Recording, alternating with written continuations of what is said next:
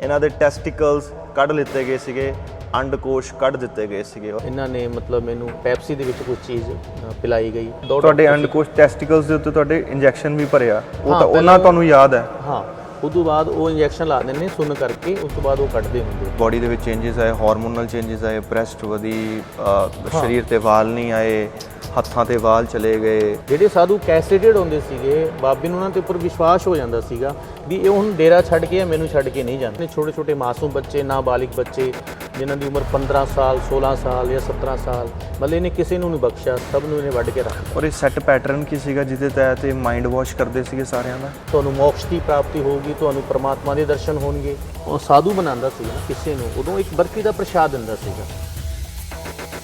ਤੇ ਕਈ ਇਹੋ ਜਿਹੇ ਲੋਕ ਤਿਆਰ ਕੀਤੇ ਆਪਣੇ 뮤직 ਦੇ ਨਾਲ ਜਿਹੜੇ ਬਹੁਤ ਚੰਗੀ ਆਵਾਜ਼ ਸੀਗੀ, ਉਹਨਾਂ ਨੂੰ ਤੁਸੀਂ ਤਰਾਸ਼ਿਆ। ਜੀ ਮੈਂ ਇੱਦਾਂ ਕਹੂੰਗਾ ਕਿ ਮੈਂ ਚਲੋ ਨਹੀਂ ਬਣ ਸਕਿਆ ਇੱਦਾਂ ਦਾ, ਲੇਕਿਨ ਮੈਂ ਬੱਚਿਆਂ ਨੂੰ ਫਿਰ ਵੀ ਸਿੱਖਿਆ ਦੇ ਰਿਹਾ ਇੱਦਾਂ ਦੀ ਵੀ ਮੈਂ ਤਾਂ ਚਲੋ ਇੱਕ ਅੱਛਾ ਸਿੰਗਰ ਨਹੀਂ ਬਣ ਪਾਇਆ ਜਾਂ ਉਸ ਲੈਵਲ ਤਾਂ ਨਹੀਂ ਬਣ ਪਾਇਆ, ਚਲੋ ਬੱਚੇ ਤਾਂ ਬਣ ਜਾਣ। ਕਿੰਨਾ ਜਦੋਂ ਮੈਂ ਜਦੋਂ ਪਹਿਲਾਂ ਸਵਾਲ ਕੀਤੇ ਤੁਹਾਡੇ ਕੋਲੋਂ ਟਫ ਕੁਐਸਚਨ ਸੀਗੇ, ਉਦੋਂ ਤੁਹਾਡੀ ਅੱਖ 'ਚ ਹੰਝੂ ਨਹੀਂ ਆਏ, ਉਦੋਂ ਤੁਸੀਂ ਰੋਏ ਨਹੀਂ। ਤੁਹਾਡੇ ਆਰਟ ਬਾਰੇ, ਸੰਗੀਤ ਬਾਰੇ, ਤੁਹਾਡੇ ਆ ਟ੍ਰੇਨ ਜਾ ਰਹੀ ਹੈ, ਇਹਦੀ ਮੰਜ਼ਿਲ ਹੈਗੀ ਹੈ। ਮੇਰੀ ਮੰਜ਼ਿਲ ਸੀਗੀ ਮੈਂ ਇੱਕ ਅੱਛਾ ਟੌਪਰ ਸਿੰਗਰ ਬਣਾ। ਮੈਂ ਸਰਦੂਲ ਸਿਕੰਦਰ ਜੀ ਨੂੰ ਸੁਣਦਾ ਸੀਗਾ, ਮੈਂ ਬਹੁਤ ਵੱਡੇ ਕਵਾਲ ਪਾਕਿਸਤਾਨ ਦੇ ਨੁਸਰਤ ਫਤਿਹ ਅਲੀ ਖਾਨ ਸਾਹਿਬ ਨੂੰ ਸੁਣਦਾ। ਮੈਨੂੰ ਹੈ ਕਿ ਮੈਂ ਵੀ ਕੁਛ ਅੱਛਾ ਬਣਾ, ਕੁਛ ਪ੍ਰੈਕਟਿਸ ਕਰਾਂ, ਲੇਕਿਨ ਇਹਨੇ ਇਹ ਬੇਸੁਰਾ ਬੰਦਾ ਕੱਟਾ ਤਿੰਗੜ ਦਾ ਕਿੱਲੇ ਦੇ ਜ਼ੋਰ ਤੇ ਇਹਦੀ ਬੇਸੁਰੀਆਂ ਚੀਜ਼ਾਂ ਸੁਣ ਕੇ ਅਸੀਂ ਅੱਗੇ ਵਧ ਹੀ ਨਹੀਂ ਪਾਏ। ਜਿੱਦਾਂ ਦਾ ਇਹ ਬੇਸੁਰਾ ਗਾਉਂਦਾ ਹੈ, ਜਿੱਦਾਂ ਦੇ ਕੱਟੇ ਵਾਂਗੂ ਉਡਾਉਂਦਾ ਹੈ, ਮਤਲਬ ਇਹਦੇ ਅੰਡਰ 'ਚ 15 ਸਾਲ ਰਹਿਣ ਤੋਂ ਬਾਅਦ ਲਾਈਫ ਬਿਲਕੁਲ ਹੀ ਖਤਮ ਹੋ ਗਈ। ਜਦੋਂ ਮੂੰਹੋਂ ਕਿਸੇ ਦਾ ਮੈਂ ਨਾਂ ਲੈਣਾ ਸਿੱਖਿਆ, ਜਦੋਂ ਮੂੰਹੋਂ ਕਿਸੇ ਦਾ ਮੈਂ ਨਾਂ ਲੈਣਾ ਸਿੱਖਿਆ, ਰੱਬ ਕਹਿਣ ਨਾਲੋਂ ਪਹਿਲਾਂ ਮਾਂ ਕਹਿਣਾ ਸਿੱਖਿਆ, ਰੱਬ ਕਹਿਣ ਨਾਲੋਂ। 1 ਮਹੀਨੇ ਤੱਕ ਤੁਸੀਂ ਬੈੱਡ ਤੇ ਪਏ ਰਹੇ? ਹਾਂ, ਉਦੋਂ ਬਾਅਦ 1.5 ਮਹੀਨਾ ਹੀ ਕਹੂੰਗਾ ਮੈਂ, ਕਿਉਂਕਿ 1.5 ਮਹੀਨਾ ਤੁਸੀਂ ਹਿਲ ਜੁਲ ਨਹੀਂ ਕਰ ਸਕਦੇ। ਉਹ ਦਰਦ ਕਿਸ ਤਰੀਕੇ ਦੀ ਸੀਗੀ? ਇਹ ਦਰਦ ਕਿਸ ਤਰੀਕੇ ਦੀ ਸੀਗੀ ਜੇ ਤੁਸੀਂ ਬਿਆਨ ਕਰਨਾ ਚਾਹੋ ਭਾਜੀ? ਕਿ ਕਿਸੇ ਬੰਦੇ ਦੀ ਮਰਦਾਨਗੀ ਖੋਲੀ ਹੋਵੇ, ਅੰਡਕੋਸ਼ ਕੱਢ ਲਿੱਤੇ ਹੋਣ, ਇਹ ਸ਼ਬਦਾਂ 'ਚ ਬਿਆਨ ਨਹੀਂ ਕੀਤੀ ਜਾ ਸਕਦੀ। ਕਾਸਟੇਟਡ ਜਿਹੜੇ ਸਾਧੂ ਹੋਏ ਨੇ, ਮੈਂ ਵੀ ਉਹਨਾਂ 'ਚ ਇੱਕ ਪੀੜਿਤ ਹਾਂ। ਜੋ ਕੁਛ ਹਾਂ ਮੈਂ ਹੀ ਹਾਂ। ਤੁਸੀਂ ਅੰਦਰ ਦੇਖੋ, ਅੰਦਰ ਬਾਹਰ ਕਹਿੰਦੇ ਮੈਂ ਹੀ ਹਾਂ ਸਾਰਿਆਂ ਦੇ ਵਿੱਚ। ਤੁਸੀਂ ਜੇ ਤੁਹਾਨੂੰ ਕੋਈ ਪੁੱਛਦਾ ਹੈ ਕਿ ਰੱਬ ਕਿੱਥੇ ਹੈ ਤਾਂ ਤੁਸੀਂ ਸਾਡਾ ਨਾਮ ਲਿਆ ਕਰੋ। ਮਤਲਬ ਇੱਦਾਂ ਮਾਈਂਡ ਵਾਸ਼ ਕਰਦਾ ਸੀਗਾ। ਤੁਹਾਡੀ ਬਾਬੇ ਨਾਲ ਮੁਲਾਕਾਤ ਹੋਈ ਕੋਈ? ਪਹਿਲੇ ਜਿਹੜੀ ਸੀਨੀਅਰ ਮੈਨੇਜਮੈਂਟ ਹੁੰਦੀ ਸੀ, ਜਿੱਦਾਂ ਪ੍ਰਬੰਧਕ ਹੁੰਦੇ ਸੀਗੇ, ਵੱਡੇ ਲੈਵਲ ਦੇ ਪ੍ਰਬੰਧਕ ਹੁੰਦੇ ਸੀ, ਪਹਿਲਾਂ ਉਹਨਾਂ ਦਾ ਕੀਤਾ। ਇਵਨ ਦੈਨ ਜਿਹੜੇ ਇਹਦੇ ਕਲੋਜ਼ ਫਰੈਂਡ ਵੀ ਸੀਗੇ ਇਹਦੇ, ਗੁਰੂ ਸਰ ਮੋੜੀਆ ਦੇ, ਉਹਨਾਂ ਦਾ ਵੀ ਕੀਤਾ ਇਹਨੇ ਪਹਿਲੇ। ਇੱਕ ਇਹਨੇ ਹੋਰ ਕੈਟਾਗਰੀ ਨਾਲ ਜੋੜਤੀ, ਓਨਲੀ ਬ੍ਰਹਮਚਾਰੀ। ਜਿਹੜੇ ਸਤਬ੍ਰਹਮਚਾਰੀ ਹੁੰਦੇ ਸੀ ਉਹ ਟੋਟਲੀ ਸਾਰੇ ਬਾਬੇ ਨੇ ਕਾਸਟੇਟਡ ਕਰਤੇ ਸੀਗੇ, ਉਹਨਾਂ ਨੂੰ ਨਪੁੰਸਕ, ਉਹਨਾਂ ਦੇ ਅੰਡਕੋਸ਼ ਕੱਢ ਦਿੱਤੇ ਗਏ ਸੀ। ਜਿਹੜੇ ਬ੍ਰਹਮਚਾਰੀ ਹੁੰਦੇ ਸੀਗੇ ਉਹ ਲਾਈਨ 'ਚ ਲੱਗੇ ਹੁੰਦੇ ਸੀਗੇ, ਇਹਨਾਂ ਦਾ ਕਾਸਟੇਸ਼ਨ ਵਾਲੇ ਹੋਣਾ। ਅਸੀਂ ਜਦੋਂ ਪੈਰੇ ਤੇ ਹੁੰਦੇ ਸੀਗੇ, ਸ਼ਾਮ ਦੇ ਟਾਈਮ ਬਹੁਤ ਸਾਰੀਆਂ ਲੜਕੀਆਂ ਜਾਂਦੀਆਂ ਸੀਗੀਆਂ ਅਤੇ ਬਹੁਤ ਸਾਰੀਆਂ ਲੜਕੀਆਂ ਆਉਂਦੀਆਂ ਵੀ ਸੀ। ਕੁਛ ਲੜਕੀਆਂ ਬਹੁਤ ਕਮ ਟਾਈਮ 'ਚ ਆਉਂਦੀਆਂ ਸੀਗੀਆਂ, ਕੁਛ ਲੜਕੀਆਂ ਕਾਫੀ ਟਾਈਮ ਬਾਅਦ ਆਉਂਦੀਆਂ। ਜਿਹੜੀ ਸਾਰੀਆਂ ਦੀ ਪਾਰਟੀ ਹੁੰਦੀ ਸੀ ਉਹ ਕਈ ਵਾਰੀ ਤੇ 2-2, 3-3 ਵਜੇ ਤੱਕ ਚੱਲਦੀ ਸੀ। ਉਹਦੇ ਵਿੱਚ ਲੜਕੀਆਂ ਦਾ ਡਾਂਸ ਹੁੰਦਾ ਸੀ, ਰਾਮ ਰੀਮ ਵੀ ਹੁੰਦਾ ਸੀ ਉੱਥੇ? ਹਾਂ, ਰਾਮ ਰੀਮ ਇਕੱਲਾ ਹੀ ਹੁੰਦਾ ਸੀਗਾ। ਤੁਸੀਂ ਉੱਥੇ ਮੌਕੇ ਤੇ ਸੀ? ਹਾਂ, ਮੈਂ ਮੌਕੇ ਤੇ ਸੀਗੇ। ਗੁਫਾ ਦੇ ਨਜ਼ਦੀਕ ਰਹੇ ਤੁਸੀਂ? ਮੈਂ ਗੁਫਾ ਦੇ ਨਜ਼ਦੀਕ ਰਿਹਾ। ਅੱਜ ਵੀ ਅਗਰ ਤੁਸੀਂ ਦੇਖੋਗੇ ਬਾਬੇ ਦੇ ਜਿਹੜੇ ਬੱਚੇ ਨੇ, ਠੀਕ ਹੈ, ਉਹਨਾਂ ਦੇ ਨਾਲ ਪੂਰੀ ਫੈਮਿਲੀ, ਜਿਹੜੇ ਕਾਸਟੇਟਡ ਸਾਧੂ ਨੇ, ਉਹ ਨੇ ਉੱਥੇ ਲਾ ਰੱਖੇ ਵੀ ਜਾਂ ਤਾਂ ਤੁਸੀਂ ਹੁਣ ਆਪਦੇ ਘਰੇ ਚਲੇ ਜਾਓ, ਠੀਕ ਹੈ, ਨਹੀਂ ਤੁਹਾਨੂੰ ਇਹ ਕੰਮ ਕਰਵਾਉਣਾ ਪਊਗਾ ਕਾਸਟੇਸ਼ਨ ਵਾਲਾ। ਜੇ ਤੁਸੀਂ ਨਹੀਂ ਕਰਵਾਉਣਾ, ਉਸ ਤੋਂ ਬਾਅਦ ਬਾਬੇ ਨੇ ਮੀਟਿੰਗ ਲਿੱਤੀ ਸੀ 500 ਸਾਧੂਆਂ ਨੂੰ ਬੁਲਾ ਕੇ, ਤੁਹਾਨੂੰ ਮਤਲਬ ਖੱਸੀ ਕਰਕੇ ਛੱਡਾਂਗੇ, ਤੁਹਾਨੂੰ ਮੁਸਤਕ ਕਰਕੇ ਛੱਡਾਂਗੇ। ਸਾਡੀ ਡਾਕਟਰ ਨਾਲ ਗੱਲਬਾਤ ਚੱਲ ਰਹੀ ਹੈ। ਰਾਮਚੰਦਰ ਛਤਰਪਤੀ ਜਿਹੜੇ ਇੱਕ ਬਹੁਤ ਵਧੀਆ ਜਰਨਲਿਸਟ ਸੀਗੇ, ਬਹੁਤ ਵਧੀਆ ਪੱਤਰਕਾਰ ਸੀਗੇ, ਜਦੋਂ ਉਹਨਾਂ ਨੂੰ ਮਰਵਾ ਦਿੱਤਾ ਗਿਆ, ਮਰਵਾਇਆ ਉਹਨਾਂ ਨੇ। ਉਸ ਤੋਂ ਬਾਅਦ ਜਿਨ੍ਹਾਂ ਨੇ ਮਾਰਿਆ ਉਹ 2 ਸਾਧੂ ਸੀਗੇ ਤੇ ਕਾਸਟੇਟਡ ਸੀਗੇ। ਉਹਨਾਂ ਦਾ ਨਾਮ ਸਾਧੂ ਨਿਰਮਲ ਤੇ ਸਾਧੂ ਗੋਲਡ ਕੁਲਦੀਪ। ਬਾਬੇ ਨੇ ਦੇਖਿਆ ਕਿ ਇੱਕ ਨਾਮ ਬਹੁਤ ਜ਼ਿਆਦਾ ਫੇਮਸ ਹੋ ਰਿਹਾ, ਸਾਧੂ ਸਾਰੇ ਪਾਸੇ ਸਾਧੂ ਹੋ ਰਹੀ ਹੈ, ਤੇ ਉਹਨਾਂ ਨੇ ਇੱਕ ਨਵਾਂ ਵਰਡ ਦਿੱਤਾ। ਨੈਗੇਟਿਵ ਪਬਲਿਸਿਟੀ ਹੋ ਗਈ ਸੀਗੀ ਸਾਧੂ ਕਰਕੇ, ਹੋ ਰਹੀ ਸੀਗੀ। ਕੱਲ੍ਹ ਨੂੰ ਜਿਵੇਂ ਹੁਣ ਪੰਚਕੂਲਾ ਦੇ ਵਿੱਚ ਇੰਨੇ ਲੋਕ ਮਰੇ, ਉਹਨਾਂ ਵਿੱਚ ਬਹੁਤ ਸਾਰੇ ਉਹ ਸਾਧੂ ਸੀਗੇ ਵਿਚਾਰੇ, ਬਹੁਤ ਸਾਰੇ ਜਿਹੜੇ ਅਨਭੋਲੇ ਜਿਹੜੇ ਸੰਗਤ ਸੀਗੀ, ਜਿਹੜੀ ਉੱਥੇ ਮਤਲਬ ਉਹਨਾਂ ਨੂੰ ਗੋਲੀ ਦਾ ਸ਼ਿਕਾਰ ਹੋਏ, ਉਹ ਕਿੱਦਾਂ ਉਹਨਾਂ ਦਾ ਨਾਸ ਕੀਤਾ ਬਾਬੇ ਨੇ। ਇਹ ਸਾਰਾ ਬਲੇਮ ਬਾਬੇ 'ਤੇ ਜਾਂਦਾ ਹੈ, ਕਿਉਂਕਿ ਇਹਨੂੰ ਪਤਾ ਸੀਗਾ ਉੱਥੇ ਹੋਣਾ ਹੈ। ਇਹਨੇ ਜਾਣਬੁੱਝ ਕੇ ਉਹਨਾਂ ਨੂੰ ਝੋਕਿਆ ਉਹਦੇ ਵਿੱਚ। 72 ਘੰਟੇ ਬਾਅਦ ਮੈਂ ਕਾਫੀ ਘੰਟੇ ਬੇਹੋਸ਼ ਰਿਹਾ। ਇਹਨਾਂ ਨੇ ਮੈਨੂੰ ਕੀ ਖਵਾਇਆ, ਮੈਨੂੰ ਜਦੋਂ ਹੋਸ਼ ਆਈ ਕੁਝ ਟਾਈਮ ਬਾਅਦ 72 ਘੰਟੇ ਬਾਅਦ, ਜਦੋਂ ਮੈਂ ਦੇਖੀ ਕਿ ਮੇਰੇ ਹਲਕਾ ਹਲਕਾ ਦਰਦ ਹੋ ਰਿਹਾ ਹੈ, ਮੈਂ ਜਦੋਂ ਹਿੱਲਦਾ ਮੇਰੇ ਦਰਦ ਜ਼ਿਆਦਾ ਹੋਣਾ ਸ਼ੁਰੂ ਹੋ ਰਿਹਾ ਹੈ। ਤੇ ਉਸ ਤੋਂ ਬਾਅਦ ਜਦੋਂ ਉਹਨਾਂ ਨੇ ਪੱਟੀਆਂ ਖੁਦ ਚੇਂਜ ਕੀਤੀ, ਇੱਕ ਕੰਪਾਊਂਡਰ ਆ ਕੇ ਉੱਤੇ ਰਿੰਕੂ ਸੀਗਾ ਕੰਪਾਊਂਡਰ, ਜਦੋਂ ਉਹਨਾਂ ਨੇ ਪੱਟੀਆਂ ਚੇਂਜ ਕੀਤੀਆਂ, ਜਦੋਂ ਉਹ ਦਲੀਆ ਖਵਾਉਣ ਆਇਆ ਮੈਨੂੰ, ਤੇ ਮੈਂ ਸੋਚਿਆ ਵੀ ਮੈਂ ਕਿਹਾ ਕੀ ਕੀਤਾ ਹੋਇਆ ਤੁਸੀਂ ਮੇਰੇ ਨਾਲ। ਉਸ ਤੋਂ ਬਾਅਦ ਬੜਾ ਮਤਲਬ ਦਿਲ ਦਹਿਲ ਗਿਆ, ਮਤਲਬ ਜਿਹੜੀ ਸ਼ਰਧਾ ਸੀ ਉਹ ਟੁੱਟ ਗਈ ਇਹਦੇ ਪ੍ਰਤੀ। ਕਈ ਥਾਵਾਂ 'ਤੇ ਮੈਂ ਪੜ੍ਹਦਾ ਹੈਗਾ ਵਾਂ, ਜਦੋਂ ਤੁਸੀਂ ਉਹ ਹਸਪਤਾਲ ਦੇ ਬੈੱਡ ਤੇ ਸੀਗੇ, ਤੁਹਾਡਾ ਪਜਾਮਾ ਖੂਨ ਨਾਲ ਲੱਥਪੱਥ ਸੀ। ਇੱਕ ਸਾਧੂ ਨੂੰ, ਕਾਸਟ੍ਰੇਟਿਡ ਸਾਧੂ ਨੂੰ ਗਲੇ ਦੇ ਵਿੱਚ ਜੁੱਤੀਆਂ ਦਾ ਹਾਰ ਪਵਾ ਕੇ ਉਹਦਾ ਮੂੰਹ ਕਾਲਾ ਕੀਤਾ ਸੀਗਾ। ਹਾਂ, ਉਹਦਾ ਆਪਾਂ ਨਾਮ ਦਾ ਜ਼ਿਕਰ ਨਹੀਂ ਕਰਾਂਗੇ ਕਿਉਂਕਿ ਇਨਸਾਨੀਅਤ ਹਲੇ ਵੀ ਜ਼ਿੰਦਾ ਰੱਖਣੀ ਚਾਹੀਦੀ ਹੈ। ਹਾਂ, ਉਹ ਸਾਧੂ ਨਾ ਇੱਕ ਕਾਰਨ ਇਹ ਵੀ ਸੀਗਾ ਕਿ ਉਸ ਸਾਧੂ ਤੇ ਇਹ ਇਲਜ਼ਾਮ ਲੱਗਿਆ, ਅੱਲਾ ਜਾਣੇ ਇਲਜ਼ਾਮ ਲੱਗਿਆ, ਮੈਨੂੰ ਨਹੀਂ ਪਤਾ, ਲੇਕਿਨ ਉਹਨੂੰ ਜਦੋਂ ਕੁੱਟਿਆ ਰਾਤ ਨੂੰ, ਸਾਰੇ ਸਾਧੂ ਇਕੱਠੇ ਕਰ ਲਏ, ਪਹਿਲੇ ਮੈਨੇਜਮੈਂਟ ਨੇ ਕੁੱਟਿਆ, ਉਹਦੇ ਵਿਚਾਰੇ ਦੇ ਜੁੱਤੀਆਂ ਦੇ ਉਹਦੇ ਹਾਰ ਪਾਇਆ, ਉਹਨੂੰ ਘੁਮਾਇਆ, ਫਿਰ ਕਹਿੰਦੇ ਵੀ ਸਾਰੇ ਦੇ ਦੋ ਛਿੱਤਰ ਮਾਰੋ। ਤੁਹਾਡੇ ਨਾਲ ਕਦੀ ਕੁੱਟਮਾਰ ਹੋਈ? ਕੁੱਟਮਾਰ ਮੇਰੇ ਨਾਲ ਤਾਂ ਖੈਰ ਨਹੀਂ ਹੋਈ, ਲੇਕਿਨ ਮੈਨੂੰ ਥ੍ਰੈਡਿੰਗ ਬਹੁਤ ਆਈਆਂ। ਤੁਹਾਡੇ ਘਰੇ ਵੀ ਕਦੀ ਸੌਦਾ ਸਾਧ ਆਇਆ? ਹਾਂ, ਰਾਮ ਰਹੀਮ 95 'ਚ ਮੇਰੇ ਘਰੇ ਆਇਆ, ਉਸ ਤੋਂ ਬਾਅਦ 2002 'ਚ ਵੀ ਮੇਰੇ ਘਰੇ ਆਇਆ। ਉਦੋਂ ਤੁਹਾਡੇ ਮਾਪਿਓ ਤੋਂ ਇਹਨੇ ਤੁਹਾਨੂੰ ਮੰਗਿਆ ਸੀਗਾ ਕਿ ਅਸੀਂ ਮੁੰਡੇ ਨੂੰ ਸਾਧੂ ਬਣਾਉਣਾ? ਮਤਲਬ ਕੁਰਬਾਨੀ ਦਸਤੇ ਦੇ ਵਿੱਚ ਸਿਰਫ ਕਾਸਟ੍ਰੇਟਿਡ ਸਾਧੂ ਨਹੀਂ ਹੁੰਦੇ ਸੀਗੇ ਜਿਨ੍ਹਾਂ ਦੇ ਅੰਡਕੋਸ਼ ਕਢਾ ਲਿੱਤੇ ਸੀਗੇ, ਹੋਰ ਜਿੰਨੇ ਕ੍ਰਿਮੀਨਲ ਬੈਕਗ੍ਰਾਉਂਡ ਦੇ ਸੀਗੇ ਲੋਕ, ਉਹ ਸਾਰੇ ਕੁਰਬਾਨੀ ਦਸਤੇ ਦਾ ਹਿੱਸਾ ਸੀ। ਕਈਆਂ ਨੇ ਆਪਣੀ ਮਰਜ਼ੀ ਨਾਲ ਵੀ ਕਾਸਟ੍ਰੇਸ਼ਨ ਕਰਵਾਈ? ਨਹੀਂ, ਮਰਜ਼ੀ ਨਾਲ ਨਹੀਂ ਕਰਵਾਇਆ, ਸਿਰਫ ਬ੍ਰੇਨ ਵਾਸ਼ ਕਰਕੇ ਕਰਵਾਇਆ ਸਾਰੇ। ਅੱਜ ਕਈ ਮਾਤਾਵਾਂ ਦੇ, ਕਈ ਪੇਰੈਂਟਸ ਦੇ ਜਿਹੜੇ ਬੱਚੇ ਤਿੰਨ ਵੀ ਹੋਏ ਨੇ ਕੈਸਟ੍ਰੇਟਿਡ।